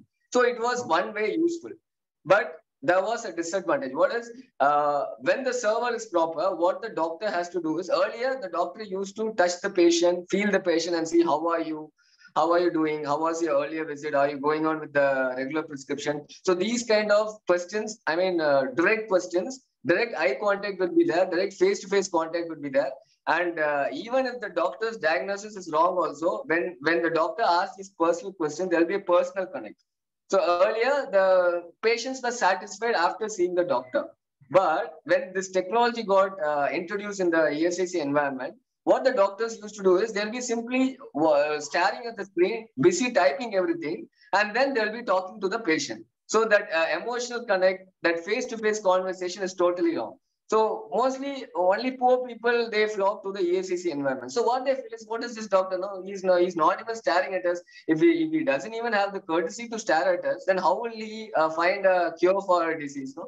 So these kind of shortcomings are happening because of introduction of technologies or softwares like this. So that is I feel that is a dual role of technology, which has its own pros and cons. So that was one of the important findings which I found in my PhD thesis. And that would be, I think, that would be my answer to your question. And it's actually your contribution to very, very interesting and relevant discussion. Thank you. Thank you so much for your presentation, and thank you so much for your questions. Thank you so much for joining us. This is it evening for you, afternoon, morning? Sorry? Thank you. Thank you for the opportunity. Thank you once again. Thank you. It's now time for us to break up for either lunch or dinner or a cup of tea or a snack, whatever suits your time zone. And we will come back at 1:30 Greek time. That would be in the UK 2 hours earlier, and in Europe it would be an hour earlier. And sorry, I know that are a lot of, it affects a lot of time zones, not on top of my head, but please remember that in 50 minutes time, now 45 minutes time ahead, we will reconvene at 5:30. Okay. Thank you all. And thank you, Fotini, and I would like to thank all the presenters of this session for the wonderful presentation. We have many countries, many different timelines, many cultures, so we understand the difficulties of the language. Some of us speak quickly, some of us speak in another pace, but we try to adapt and to communicate. What I would like to say is that we have next two very important workshops, so I invite you all to participate. And for the last workshop by Simon Karanikolas, we are not allowed to record the session because we will have some children there. So the protection policy in Australia doesn't allow us to record. So I invite you to interact. This meeting is being recorded.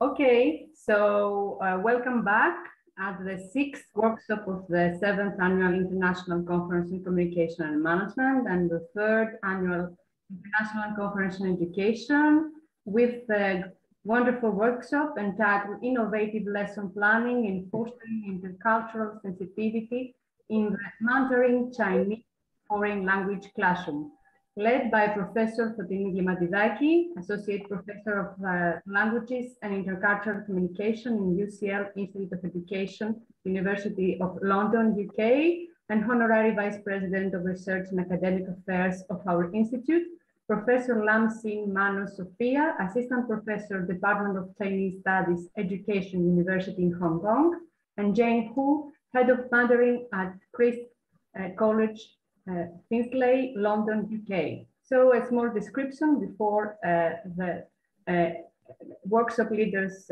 impresses. In this workshop, we will discuss the national and theoretical framework behind the development of a series of lessons in the Mandarin Chinese classroom in the UK context. We will show how we can foster intercultural sensitivity gradually through our teaching, and we will showcase the lessons we created for this purpose. Participants will be able to get to grips with the classroom activities and eventually create their own. Indeed. So for this presentation, you'll need a couple of resources, if that's okay, because you will be active participants in this workshop. So make sure you have a pen and a paper next to you, pencil, paper, and you also have your phone handy. next to you somewhere. You will need it, and we will tell you for what in a minute. In our wonderful collaboration, there is also Jane Wu, who is not here today because she's teaching in school. But it's also a lot thanks to her that this project actually materialized, because it happened in her classroom, in her Mandarin Chinese classroom in the UK. So that's where you see the logo Christ College Finchley, that's where she works. And University of Oxford is where she studies. And I'm so happy to have Sophia today, who is joining us from Hong Kong tonight. Thank you, Sophia. And she will be doing all the wonderful interactive activities. Yes, let's start with a little bit of context. Not too much. We know that the term intercultural competence is becoming, of course, more and more prominent. However, we find there is a problem in the UK school system, especially in our field, which is foreign language classrooms, where the concept or even the practices are not as prominent and linked to intercultural competence or even intercultural awareness. So studying a language doesn't necessarily mean that it's intercultural. And we think we need to do something about it. So we need to adapt our pedagogy in the classroom for those intercultural experiences to take place. How our research and project is different from what is there so far is that we really wanted to look into the practice, into the classroom. There have been a lot of, let's say, studies on quantitative measuring intercultural awareness, intercultural sensitivity. As much as I really appreciate quantitative analysis, I'm more of a qualitative person. I really want to work with people in the classroom. And so it's very rare to have to be allowed to work to that extent with students, with real students in the classroom. So we're really honored and honored to Jane, who tried this in her classroom. Okay, so we're going to share a part of this is a part of a bigger project, and we're going to share specifically how to innovate with planning. A little bit of literature, not too much. I'll try and bring it very quickly together so we can get on to the activities, in the sense that, yes, we do have a lot of definitions of what intercultural competence is. We all know it involves attitudes, knowledge, skills, interaction, behavior. So it's adapting ourselves to the other. However, all of these really nice concepts that are highlighted in bold do not necessarily happen, again, automatically in a classroom with children. There are a lot of constraints for that. First one being the curriculum and the focus on form, where we don't get the opportunity to even teach cultural, to even include cultural content. So we think, again, we need to do something about it, change our pedagogy, and you will see the last bold concept there, developmental process.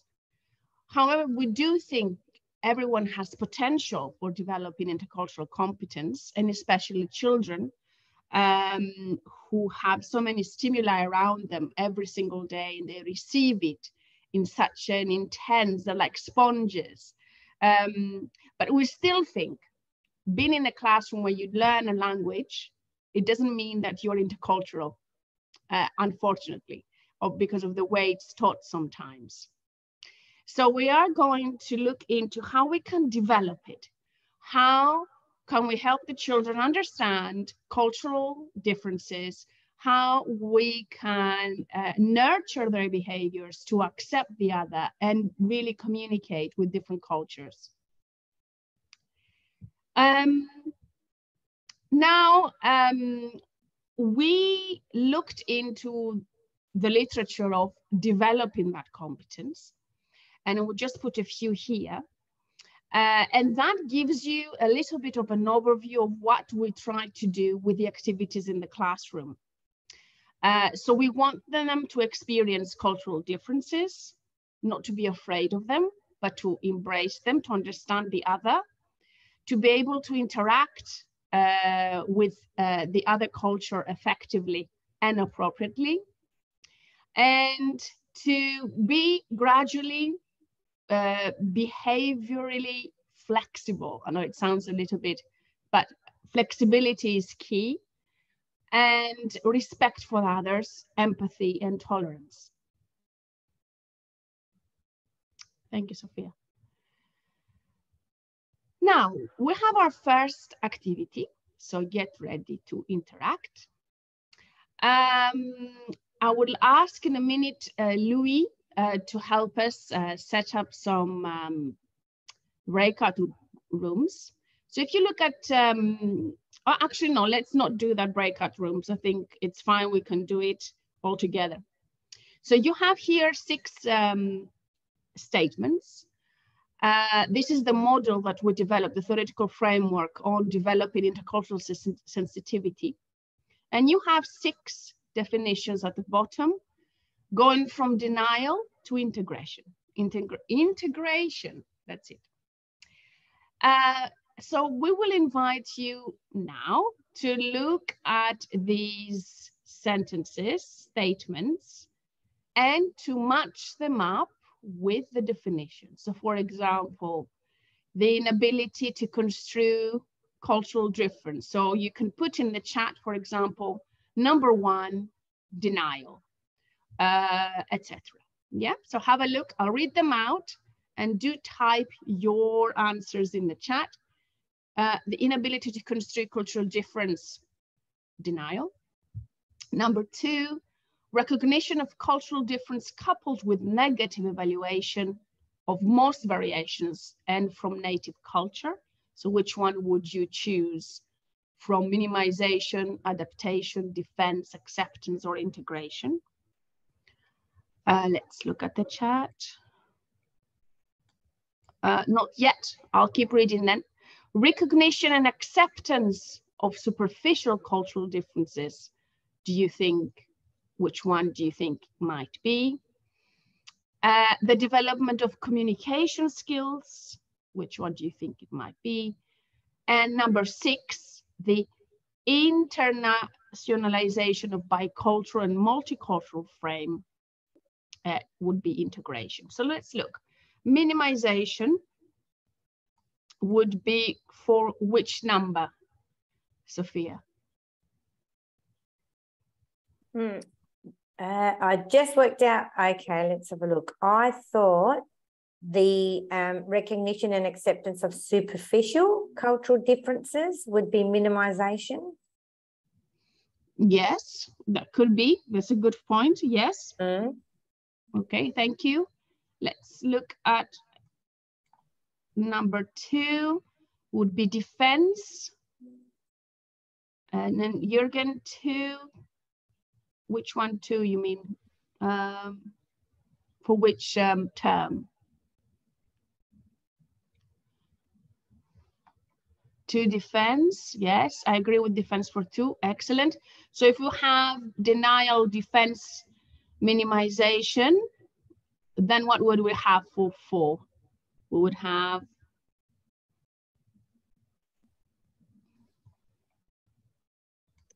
acceptance or adaptation. Very good. Acceptance, and then moving on to adaptation and integration. Let's show the next slide, Sophia. That's where you see it's sort of in order, if you like. And thank you, we found the right answers. It is quite a linear model. And the reason we chose that is to help us understand how children may be a little bit resistant at the beginning or when we input some cultural content, and their fears, their defenses.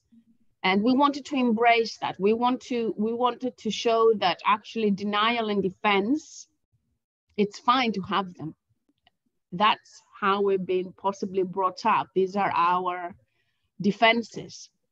As educators, as pedagogues, we need to do something about it, to move them on from defense and denial to gradually integration as an ideal, but certainly minimization, acceptance, those middle ones, and adaptation would be amazing to happen in a language classroom. So that's why we chose that framework. Sophia? So our research question, how actually innovative planning and pedagogical practices nurture that intercultural sensitivity. And the next one. As I said, Jane did the work in the classroom, which kind of classifies it as action research because she did it in her own setting.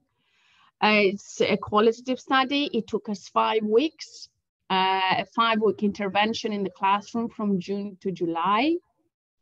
And we got full ethical approval from UCL for this project and everyone involved. Yes, you can change it, Sophia. Thank you.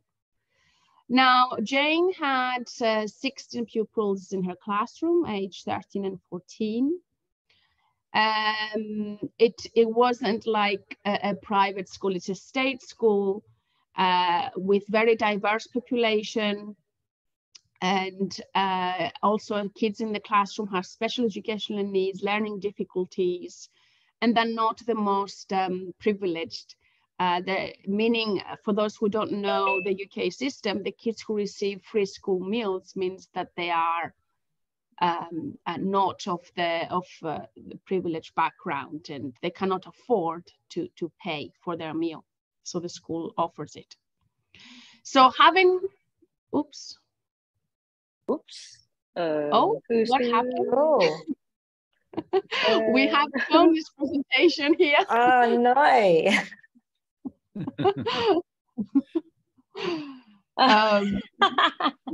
What is that? That's very odd. Yeah, I don't understand. I don't know what's happening, but I can keep talking while you're sorting it out. And Sophie, talking about the context. Take back the presentation, Sophie, please. Yeah, okay. Wait, let me try it again then. Give me, yeah. Okay. Okay, Sophia, thank you for sorting it out. I'll just keep talking about the participants. I just wanted us to understand that they are students who, you know, they're not in a kind of private school and they're trying all these wonderful things because they have the means. It's actually the opposite. And that's why Jane is wonderful to try this in her classroom. So we're focusing in this workshop in one part of what she did. And those students, because that is a 5-week intervention, so we will focus only on week 3 about the innovative lesson planning, because she did a lot more things that we can discuss if you want later. One other characteristics of the students is that they are what we call MEP in the UK. They are schools who have been funded by the government. And we started that initiative at UCL with Catherine Carruthers, our colleague in the Confucius Institute, and in partnership with the British Council. And basically we got the bid, and that means it starts, you have intense Mandarin classes as a foreign language being increased in a lot of schools. So as you can see, the program has exceeded its target, and you have 5,000 pupils in England learning Mandarin. And they benefit from more lessons, and starting in year 7, which is the beginning of secondary school, and a lot of enrichment opportunities. And with China as well. Am I correct, Sophia? Yeah. So as I said, we're focusing on week 3 and looking at specifically the lesson plan. So as you can see, it's a bigger project. In week 1, they looked at stereotypes, which kind of brings us back to the sensitivity model on the beginning of the process, the denial, the defense, to try and break those. And then the week 2 one, they actually went out in town in London, British Museum and Chinatown. They did a lot of activities there. And then week 4 and 5, they actually had an online intensive program with Chinese pupils. So they did a lot of wonderful things, including Tai Chi and lots of amazing things, interacting and learning from each other. There is a connection problem. You cannot hear me? We didn't listen to your last phrase. I can hear. I can hear. Actually, it's fine for Tini. I think the problem is probably on Margarita's side. No. Okay, no problem. I was just saying that the last week, the week 4 and 5, the last 2 weeks, they had an intensive online virtual exchange with Mandarin students from China, and that was an amazing experience. They even experienced Tai Chi and martial arts and making things together. It was incredible. But we are focusing on week 3. And I let now Sophia take over and talk us through everything, and we do all the activities together. Thank you. So, hi everyone, this is Sophia. I would like to start this session with sharing an anecdote. Why, when we talk about intercultural competence and then we chose contemporary poem, I would say it's a bit personal because I used to write poem during my undergraduate studies. But then the thing is, when we try to teach contemporary poems in school, even for the first language students, the teachers are very reluctant and the students think that is something really difficult. But once they got the right pedagogy, they found that it's much more expressive and enjoyable and creative compared to writing a narrative or a argumentative writing. They find it very satisfactory to become a little poet. So that's why it comes to my mind is how I can promote contemporary poem to not only L1 Chinese, I mean first language of Chinese, instead maybe second language or foreign language students. So when we got a project about intercultural competence, I'm just thinking maybe we can teach a few poems to the students because they have less Chinese character to learn. And then they can, and especially they are, you can see that they are year 9 students. They are the teenagers would like to speak out loud their own opinion. So it might be a good means for them to learn about this. So we designed 3 lessons to teach them some contemporary poems.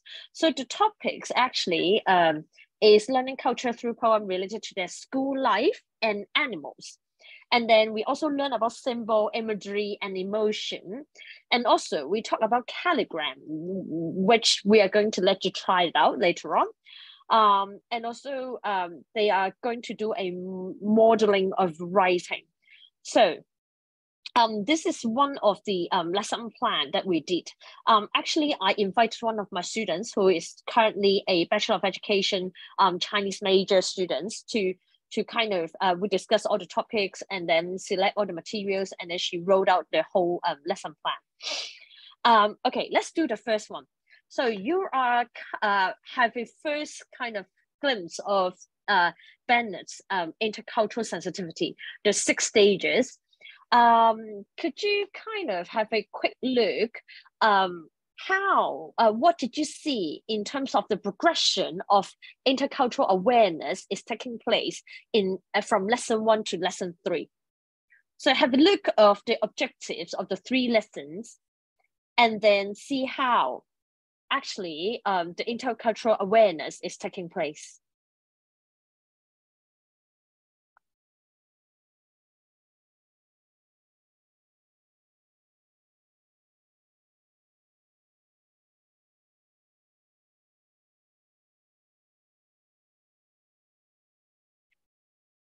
any thoughts in the chat box, or just say it loud, it's fine.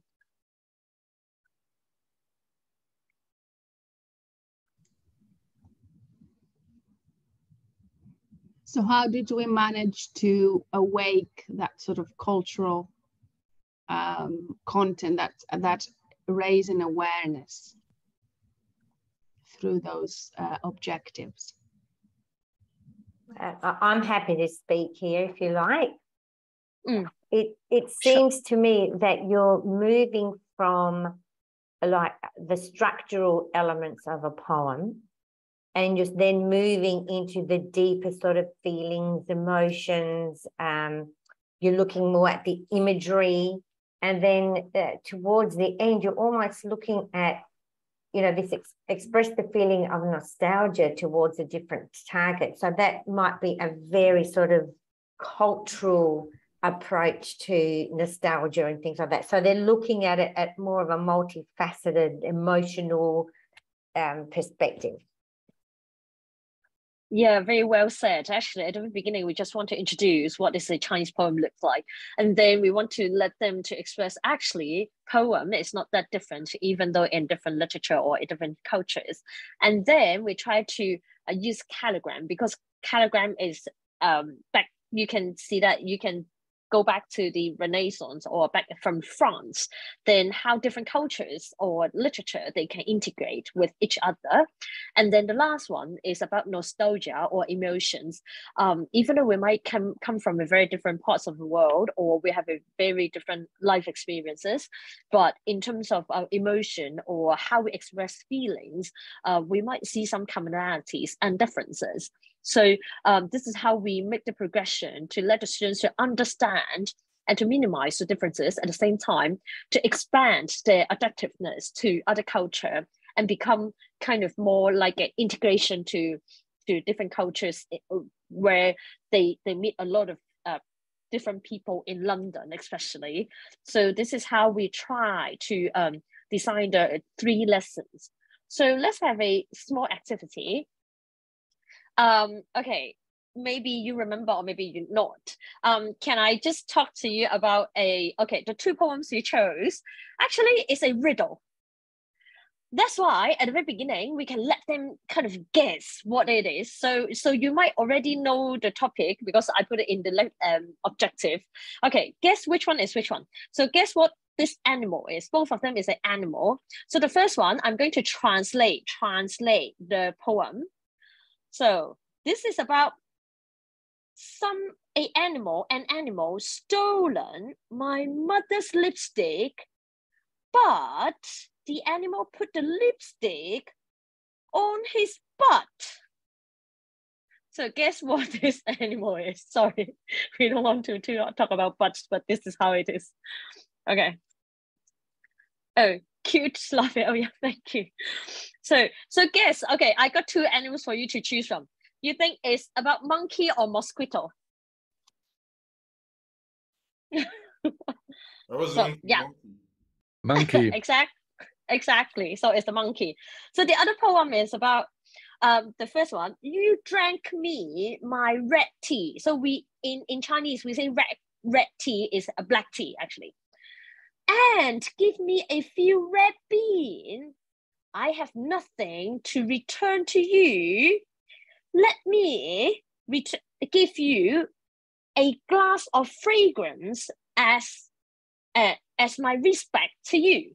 So this one obviously about mosquito. So if you've got a mosquito bite, then you got a kind of red bean-like thing on your skin, and then your blood is sucked by the mosquito. So this is as a starting point to let the students to understand the structure of contemporary poem. So we always learn about the classical Chinese poem. I'm not sure whether or not you have encountered it before. For classical Chinese poem, we have a very structured, it is very structured. So for example, you only have 5 words in one sentence and 4 sentences in one poem. So you have a limit in terms of how many words in each sentence and how many sentences in each poem. for classical Chinese. But for contemporary poem, we don't have all this kind of restriction, I regard it as. So maybe you can talk about in your culture, or to your best knowledge, is it the same in terms of poem? What kind of different forms you have in your own culture? Maybe in Greek or in... Can I say? Yeah, sure. Maybe it's just some, I remember, poems in school and in books in Greece. There are, correct me if I'm wrong, Margarita, there are like poems of like 12 syllables, dodecasílabo, and there are certain sort of rules that you have to follow, or stanzas, specific amount of stanzas that you follow, at least in Greece. I don't know if it's the same in other cultures. Maybe someone else would like to share.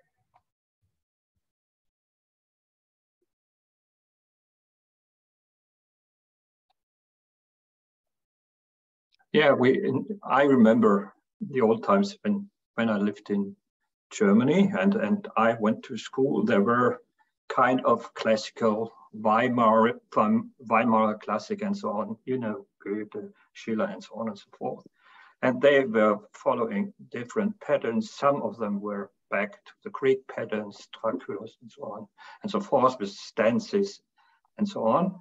But then in about 1920, all this disappeared, and it was okay just to break a sentence in the middle of wherever you think it was aesthetically a good idea, and then you change just to the next line and broke the sentence there whenever it was. So there was no rhythm, there was no anything, but you wanted to show the importance of thoughts or words by breaking the sentences into, let's say, 3-word lines, 2-word lines, 5-word lines.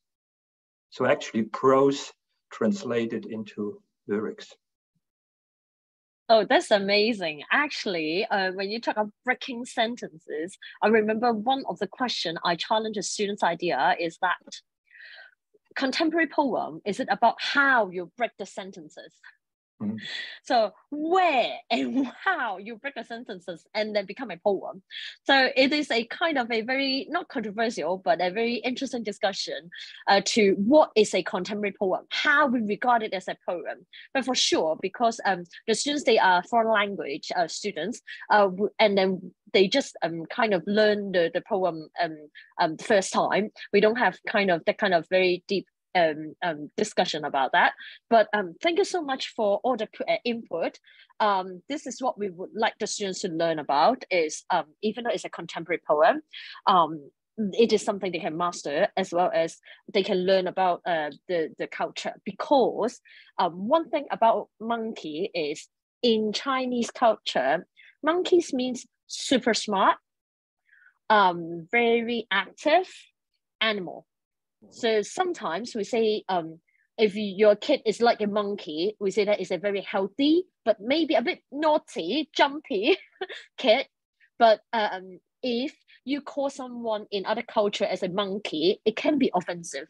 So what we are talking about is also the representation of animals in different cultures can have different interpretation, so that we can raise the awareness about the representation of different animals in different cultures. So this is also why we chose a riddle and animal as a kind of starting point to let them learn about poems.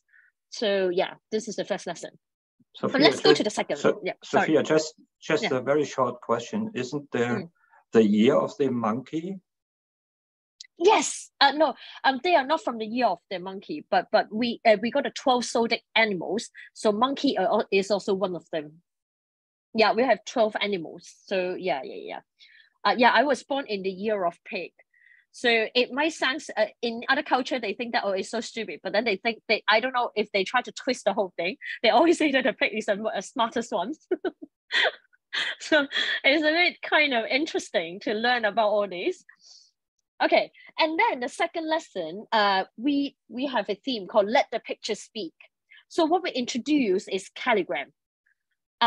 So they try to write a poem, like for example, this one on the left is about when I don't have my umbrella on a rainy day, what should I do? So you can see that it is the shape of an umbrella.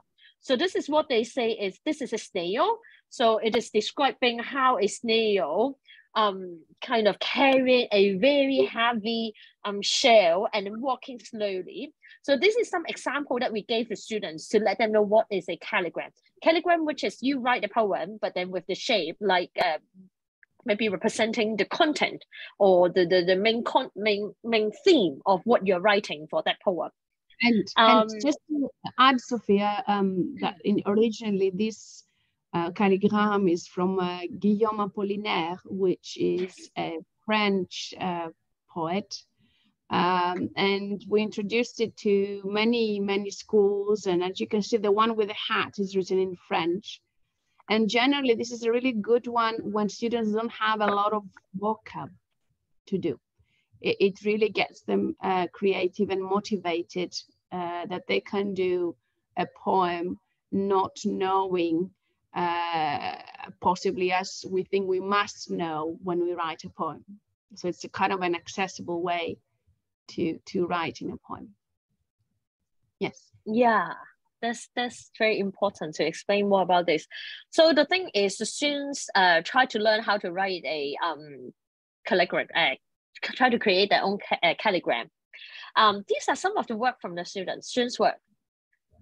So the left one is a what is this animal? A bird. So it's a chicken. Yeah, a bird actually is a chicken.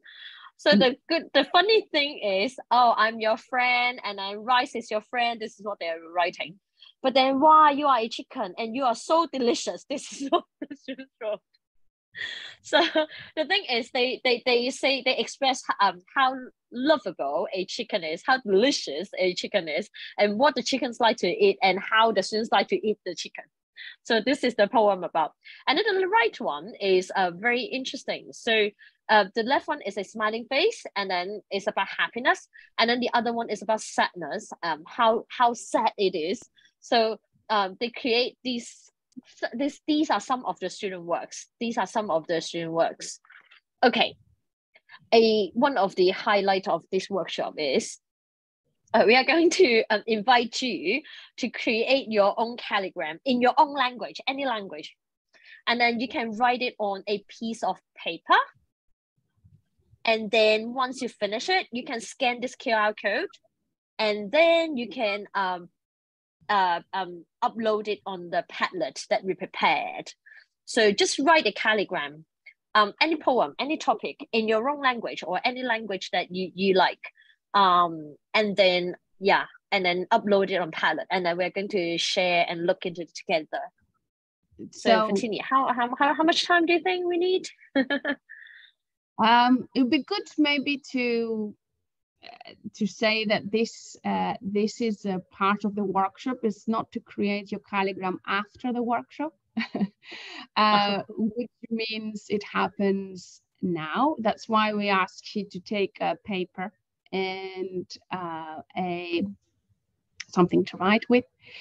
So the idea would be, whatever comes to mind now as a topic in your head, whatever it is, it could be home, it could be food, it could be the weather.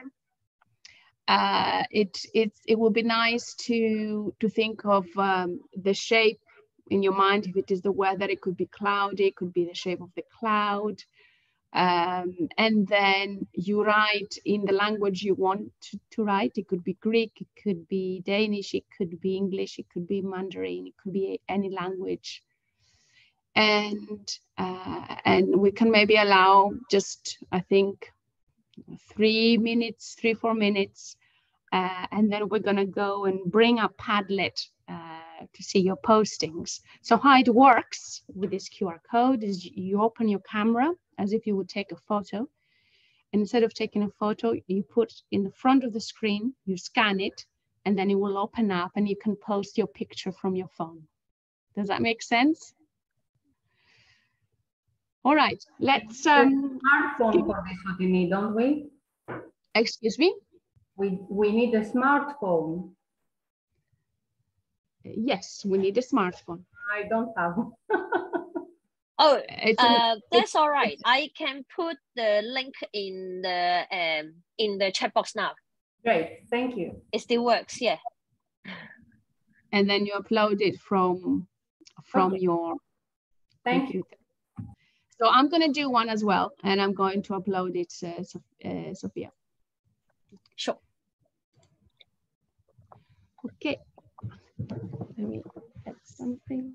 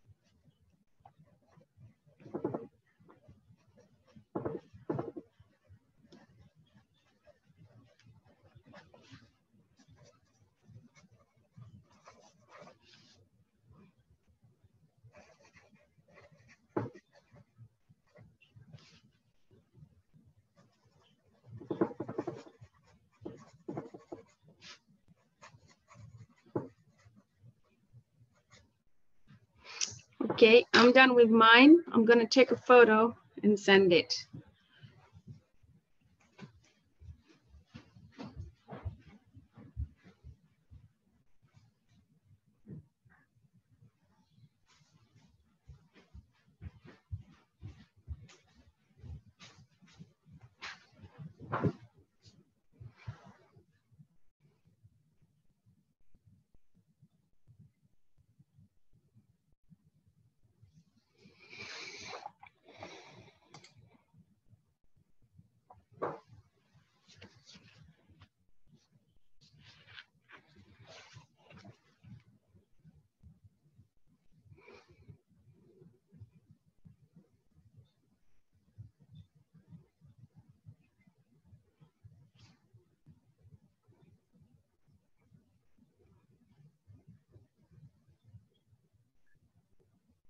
Can I just ask for some technical advice? Because I do have a photo on my phone, but I don't know how to get it into the Padlet.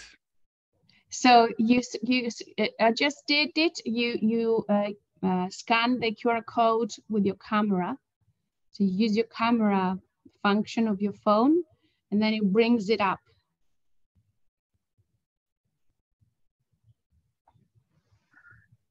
Okay, once you get into this website, and then you just click this plus.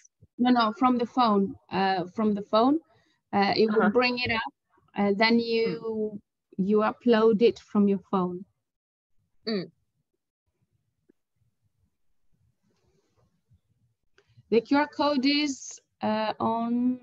Yeah, if you could please put back the QR code, Sophia, on sure. the presentation.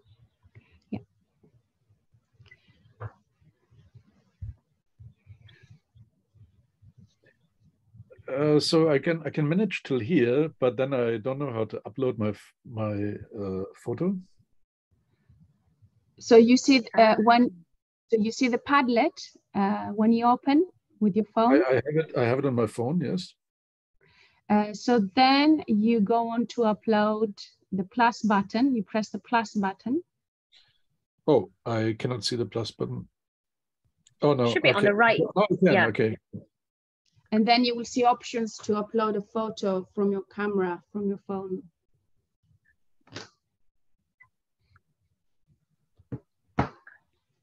Nice. Yeah.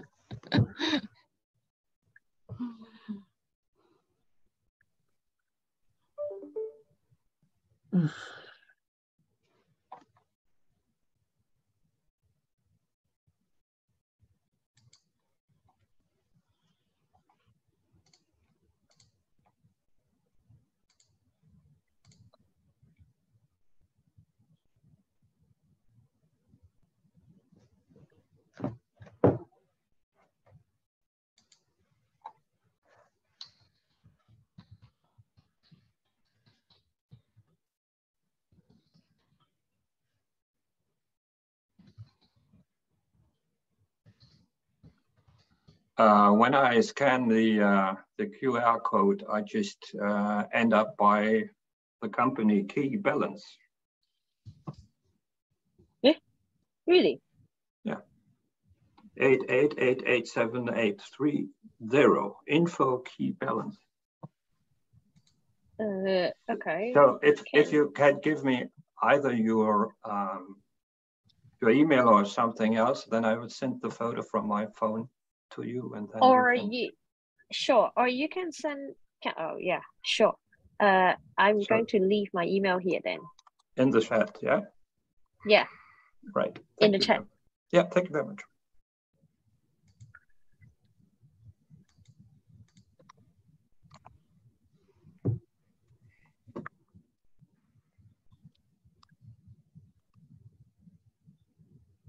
Oh, beautiful. 1, 2, 3. Is it beautiful?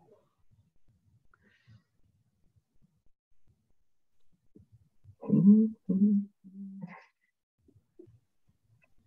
wrote the one with the pillow? It's what they're thinking right now. They must be tired.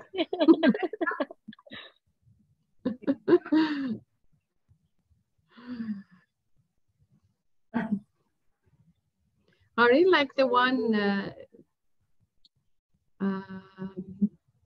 I can't see.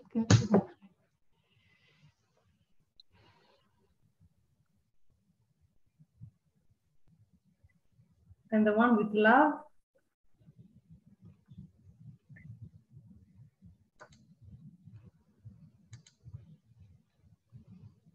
The love heart is my one, Margarita, because I'm craving coffee right now, even though it's nighttime. Because it's late for you there. Okay. So the pillow might be Michael. I don't know. Brilliant. Thank you. I mean, I think these are really nice examples.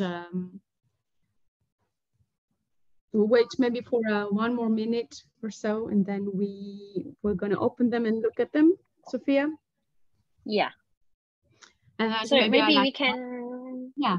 Maybe Fatina, you can lead the discussion, and then we can kind of enlarge the Calligram, and then the creator can maybe say a few words about that.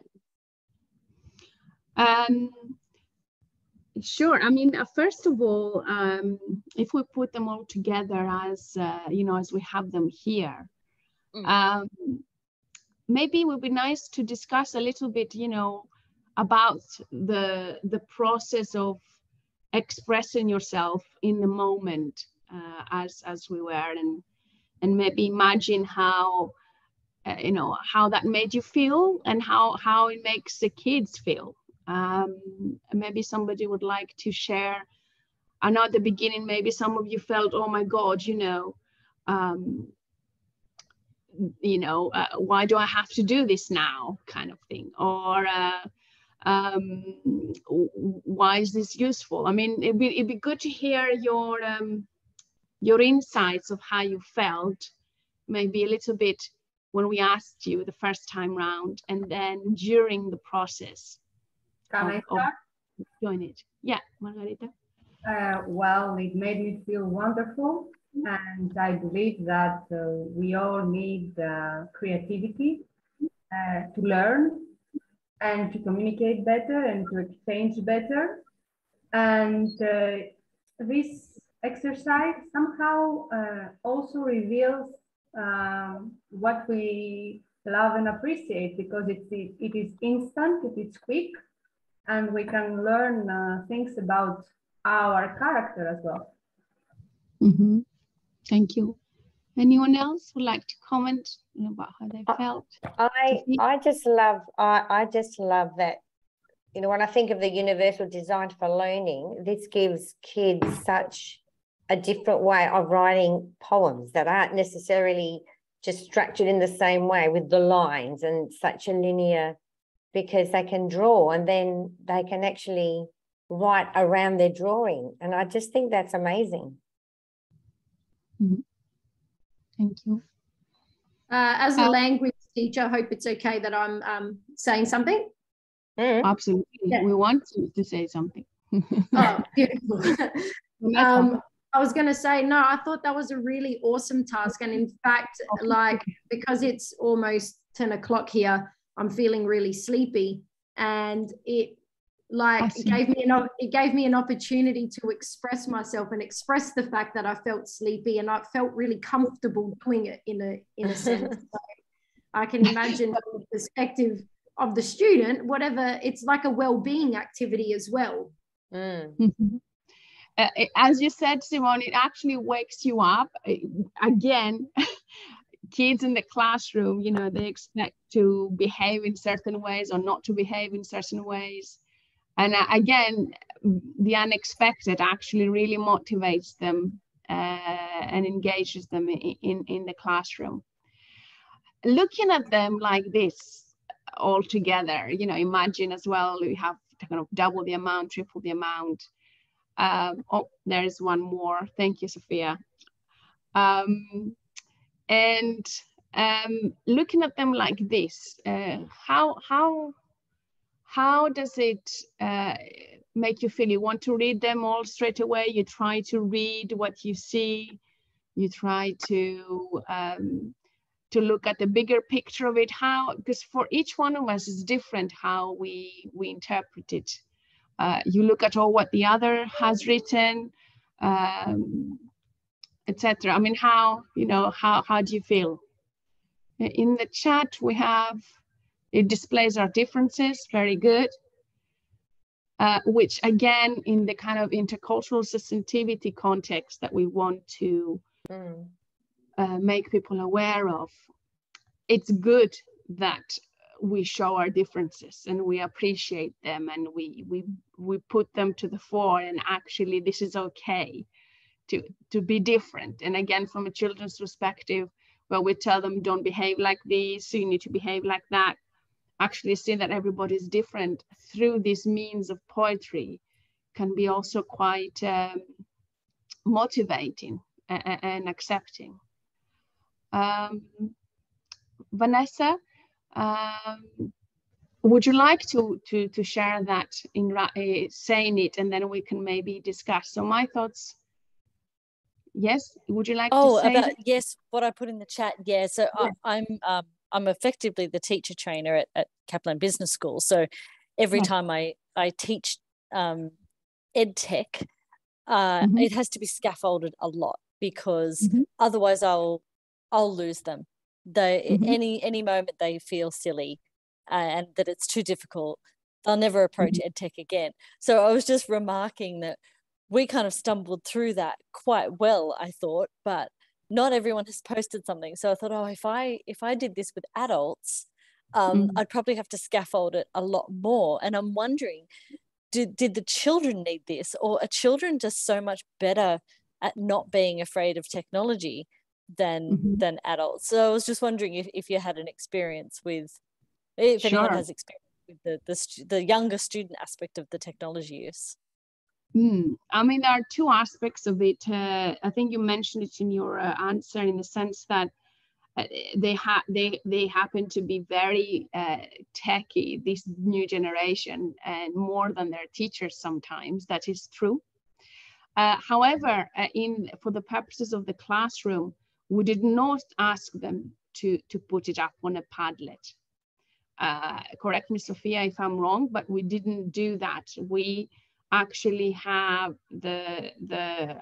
what they created on paper and displayed it around the classroom. So the tech element of uploading it onto Padlet wasn't added. It was added for the purposes of this workshop. So because we're all in different parts of the world, it was I see.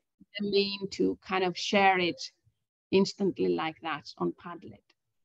I think but I love it. Yeah, Vanessa, I was just saying, do you run face-to-face sessions at all with them? Not since the pandemic. It's all we've got five campuses around Australia, so they're all online anyway. But I mean, I'm going to use this as a way of demonstrating universal design for learning, because you can give people the option of even writing a teaching philosophy based on a diagram, you know. So I think it's great for many purposes. I think it's a very good point talking about the differences between a mediation via tech versus the direct way. For the first, on the first point, I would say that it goes, when you produce it on paper, right, with a pencil or whatever, it goes directly into your hand. Your thought goes into the hand, like when you do a painting.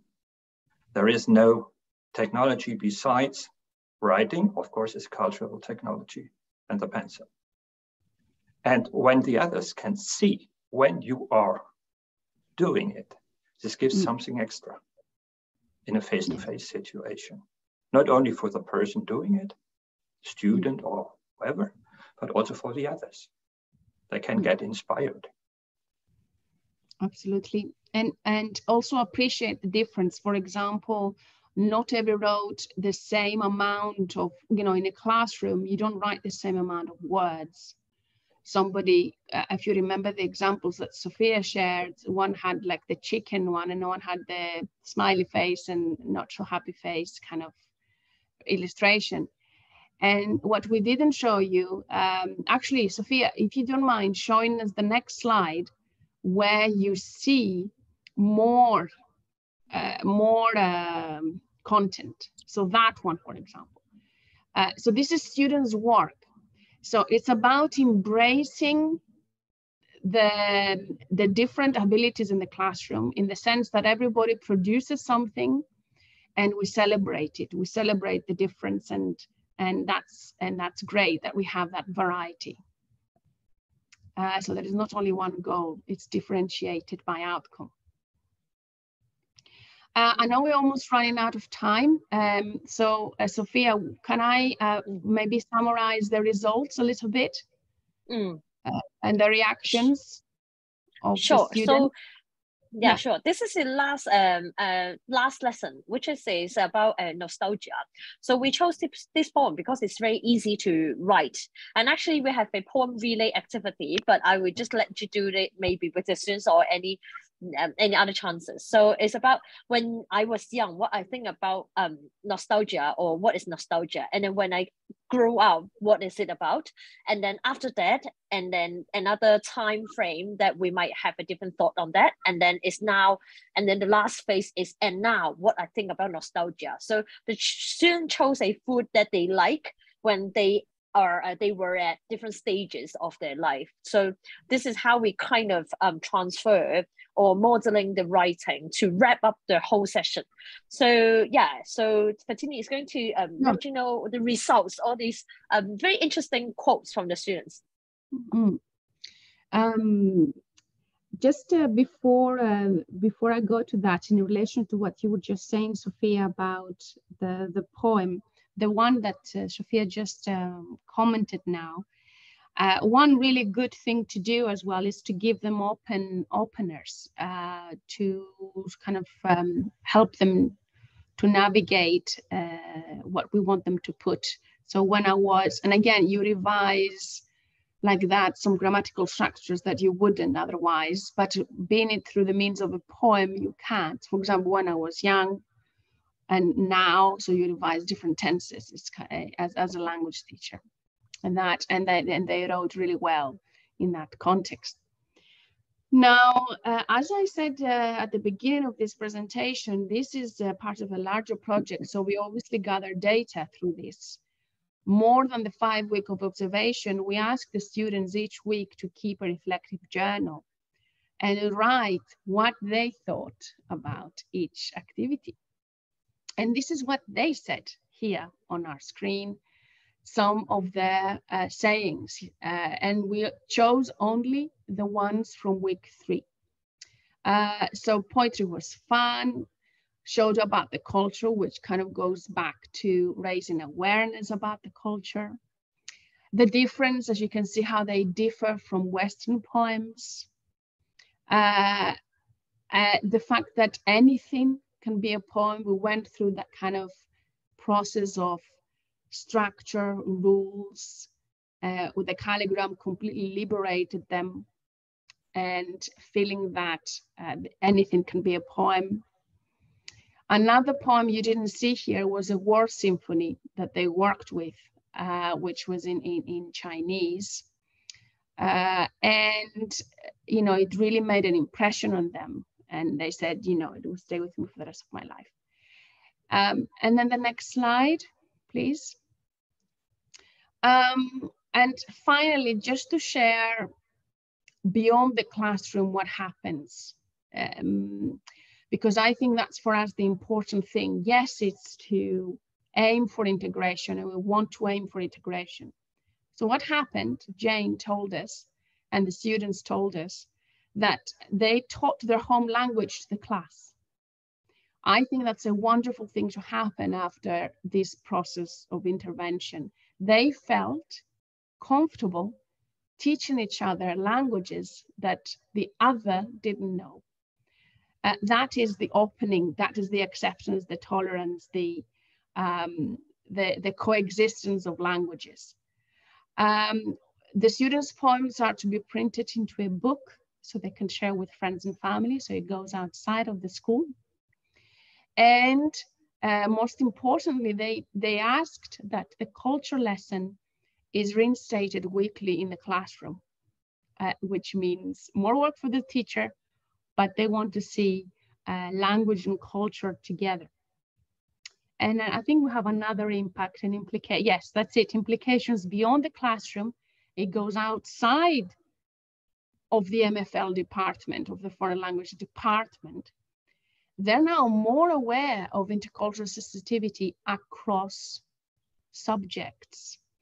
So these are their sayings. If you look at the quotes before and after the intervention, he says, we looked at different music from all around the world. Maths there are different ways to work out a math problem. So it's not only about their engagement with culture, but it changes the way they behave. Their mind, their spirit is more open. They see that there is more than one way of doing things. I think that's, for me, the best outcome, the implication that it has in their real lives through this process. We thank you very much.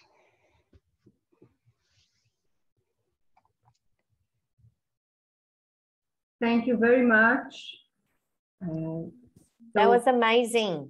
I love that so much. Any comments? This was what I was going to ask. My comments are, can I just say, there's just so much depth into that presentation in that workshop. There's so much there that you can use in so many different cultural context. So thank you, ladies. That's brilliant. Really enjoyed it. Thank you indeed. And Carl? I think you showed different things by letting us doing it. So, and one came into my mind, it's because I did work with creative writing in LX, I would call it. So something between L2, L3, L4, whatever. So everything other than the mother tongue. So, and this is creativity is a universal, but how we express creativity is locally, regionally, and so on and so forth, different, culturally different. So for me, it's one more example for globalization. So something is global going on in the field of creativity in whatever form of creativity, but it's different. There are differences on, for example, the local level. So, and I think this is a wonderful example to show it, and then not only to show it, but to let understand it. Thank you very much. Thank you. And I would just pick up on what you said about globalization, and I would add, it's to allow access to it. We think that, for example, poetry or culture in a language classroom is for the elite, and we don't have time for it. But I always believe is pedagogy at the core of it, and how we allow access to all. And these type of activities allow so much more for students to develop in terms of their confidence in themselves as well. Okay, thank you very much, Paul. And we have 7 minutes to take a small break before Simone presents her great workshop. And I remind you that we are not able to record, so please stay tuned, and we will start in 7 minutes.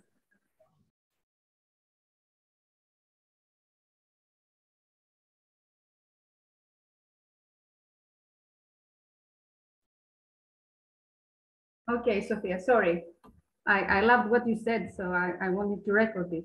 Oh, no, I just said that learning from one another and professional learning as a teacher is just so important. And I don't think you actually stop learning. Like, you know, even, you know, I've had so much experience in teaching and learning and teaching and mentoring others that I'm still learning new ideas. And now I'm learning off my own daughter. And I was saying in a private chat to Vanessa, this is an example of where the apprentice is far superior than the master now. Like I wouldn't say that. Oh, yes, yes. And, you know, like I love it when I see my mentees far exceed what I could ever achieve. Because that's, you know, that gives me so much, you know, that inspires me when I see others just achieving what I can't do. And yet, you know, they've been inspired to be able to do that. So just learning from one another, continuing that professional learning, sharing ideas, not being protective about what you do or being scared to share something because, oh, you know, that person's going to copy me. I've only found that the more you share, the bigger you grow and the better you become. Absolutely. So that's what I wanted to finish off with. I absolutely agree, dear Sophia. I will say some words that I have prepared, and I also said at the beginning, but not everybody was here, and since we want to record this. So this is the end of the fourth and last day of our two overlapping conferences, the 7th Annual International Conference on Communication and Management and the 3rd Annual International Conference on Education. We just had an amazing hour with a workshop we're not able to record with Spinisa Simon Karanicolas because some rights were protected and child were implicated, but we thank her a lot. We had the opportunity to be there. Like I said at the opening of this day, I would like to thank you all for these 4 fabulous days of interaction, knowledge sharing, sharing of empathy, of respect, of compassion, and of course of good practices. I'm privileged and honored to be part of this academic community, the family of the Communication Institute of Greece. I would like to thank you all for giving me this opportunity. I would like to thank especially all the honorary vice presidents of the Communication Institute of Greece, each of them unique educators and exceptional human beings. The honorary vice president of the Institute represents 4 different continents and 6 different countries. So we have USA, Australia, Canada, Singapore, UK, and Greece. Michael Altamirano, Professor, King Graduate School, Monroe College, USA. Caroline Recan Monroe, who is a Professor of Leadership, Faculty of Management, Royal Roads University, Canada. Sofia Karanicolas, who is Honorary Associate Professor, University of Adelaide, Australia. Fotini Diamandidaki, who is Associate Professor in Education, UCL Institute of Education, University of London, UK. Georgian Rudolph, who is Head of Research and Academic Partner Liaison, Kaplan Higher Education, Singapore, and Editor of SALT in Singapore. Aison de Moraes, who is a lecturer in Royal Holiday School of Management, University of London, UK. And Robert Jane Bong, who is Emeritus Professor of Professional Writing, School of Human Service Professions in USA. And of course, Luis Caleb-Remanda, who is PhD candidate at Le Croix Research Center of Management, University of Versailles, Paris, France. Thank you all. And let the end of this conference become a beginning for new projects we can create together. Thank you. And thank you, Margarita, for your leadership in all of this always. You are truly amazing. I believe it is a question of partnership, and it's all that creates positive impacts. We all are here, and you are an inspiration to me. And so Carl and Michael would like to say something. Carl also asked me to a little bit be part of the conclusion. Yes, please. Yes, thank you very much. Thank you very much, everybody. Thank you very much, especially Margarita and of course Luis behind the curtains. So I actually have 2 or maybe 3 reflections when I look back to the last 4 days. I have tried to be almost every session. I didn't make it fully, but nevertheless. So the first one is I take the yes hat on, the positive hat. And of course, you know, maybe the next one is not the negative, but critical hat. So the first one, it's wonderful to gather around a warm fireplace when the world outside is stormy, is catastrophic, is hail, is rain, is storm. So a community around a warm fireplace. That was what happened, at least for some of us, in the last 4 days. And that gives us strength to continue our work, because we know we are not alone. With all the struggles, with all the constraints, and with all the people that do not want to do our job properly, meaning educating people to empowered citizens.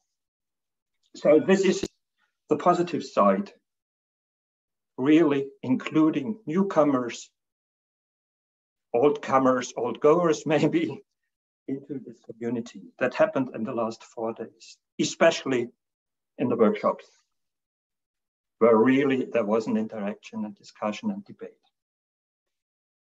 So now a little bit critical. If you go together around this warm fireplace, which maybe doesn't mean that we all agree on everything. It's great that there is a diversity of ideas, thoughts, and so on. But the effect is you are more or less becoming a tribe, meaning including very closely, at the same time excluding others. And I think in the future, if we want to continue our work here, we have to open up more. We have not only to scale up in numbers, we have to scale our ideas vertically to the left, to the right, however how we can do it in different formats, in different, let's say, joint ventures or whatever. And for both of it, the internal and the external, the most positive and the most challenging thing is communication. I think that is what I have learned. And to agree on what we mean by communication, it may be making something common and not only inform people. And I learned these words, se was mos and kia o ni a, just 20 minutes ago. So it's all about community and it's all about respect. So I tried to get some concrete respect.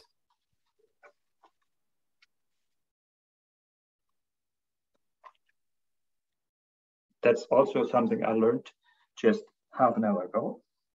Some street respect, meaning that it's not only something that we in our ivory tower should discuss in a zone of comfort, kind of, but we really should fight. And I mean fight, at least engage the societies in those times where outside it's raining, storming, where there's hail, where there is distrust, and that could be our, not only in education, but in our communication, our goal. So the future is not only a problem, not only a challenge.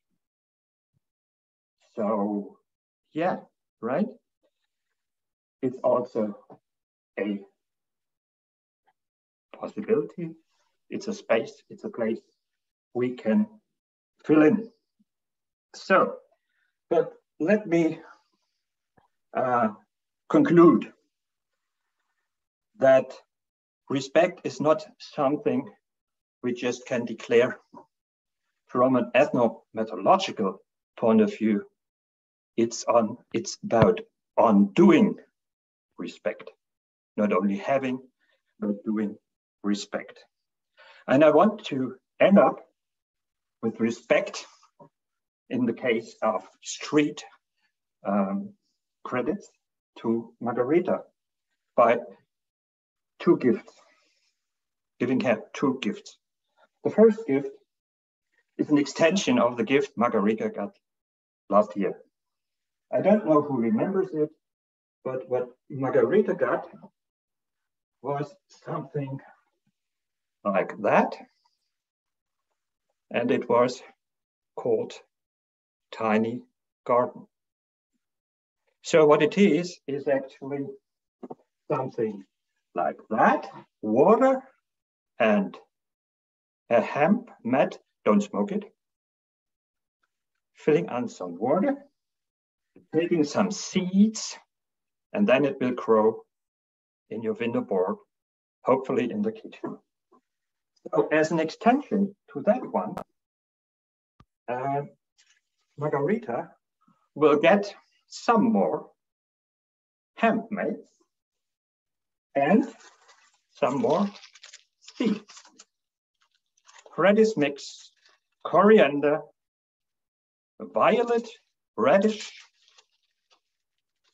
garlic, rocket, and fennel. Thank you so much, Carl.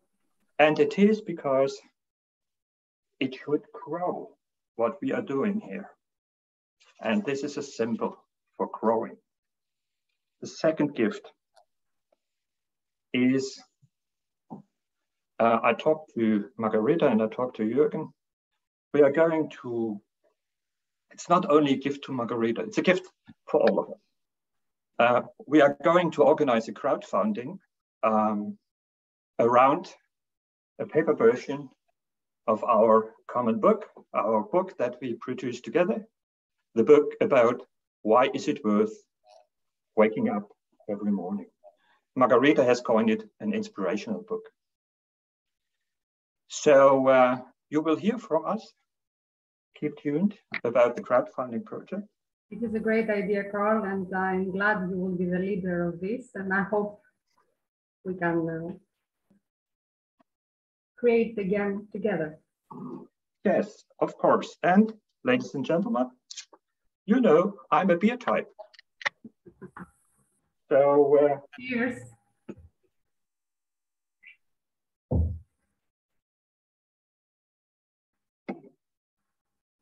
Skål to Margareta and skål to everybody. Yamas. And I will. Yamas Yasu. I would like to finish with letting my honorary vice president say the last word. So Sophia, Michael, and Jurgen, who are able to be here. Thank you, Margarita. I'll keep this kind of short. It'll feel short relative to Carl, but thank you, Carl. It's 9 in the morning here. I feel like I should bust open a can of beer also. Unfortunately, I have some work to do.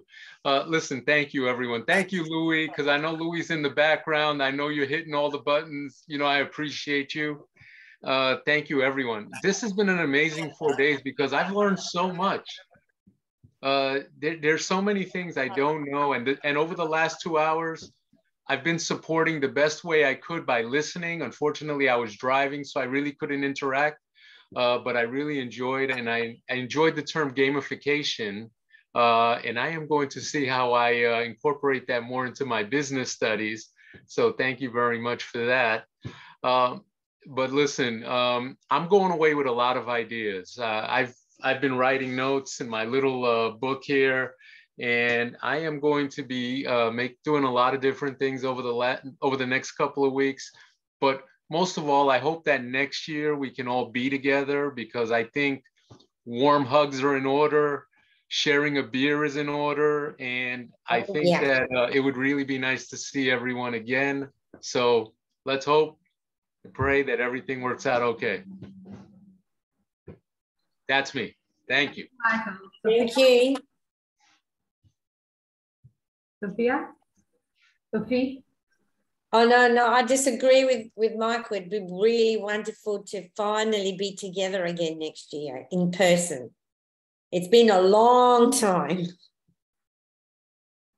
Except I did see you, Jen and Margarita, this year. That was fun. That was amazing. Wouldn't it be nice to have a full session all together? It was just so wonderful to get out. It was great.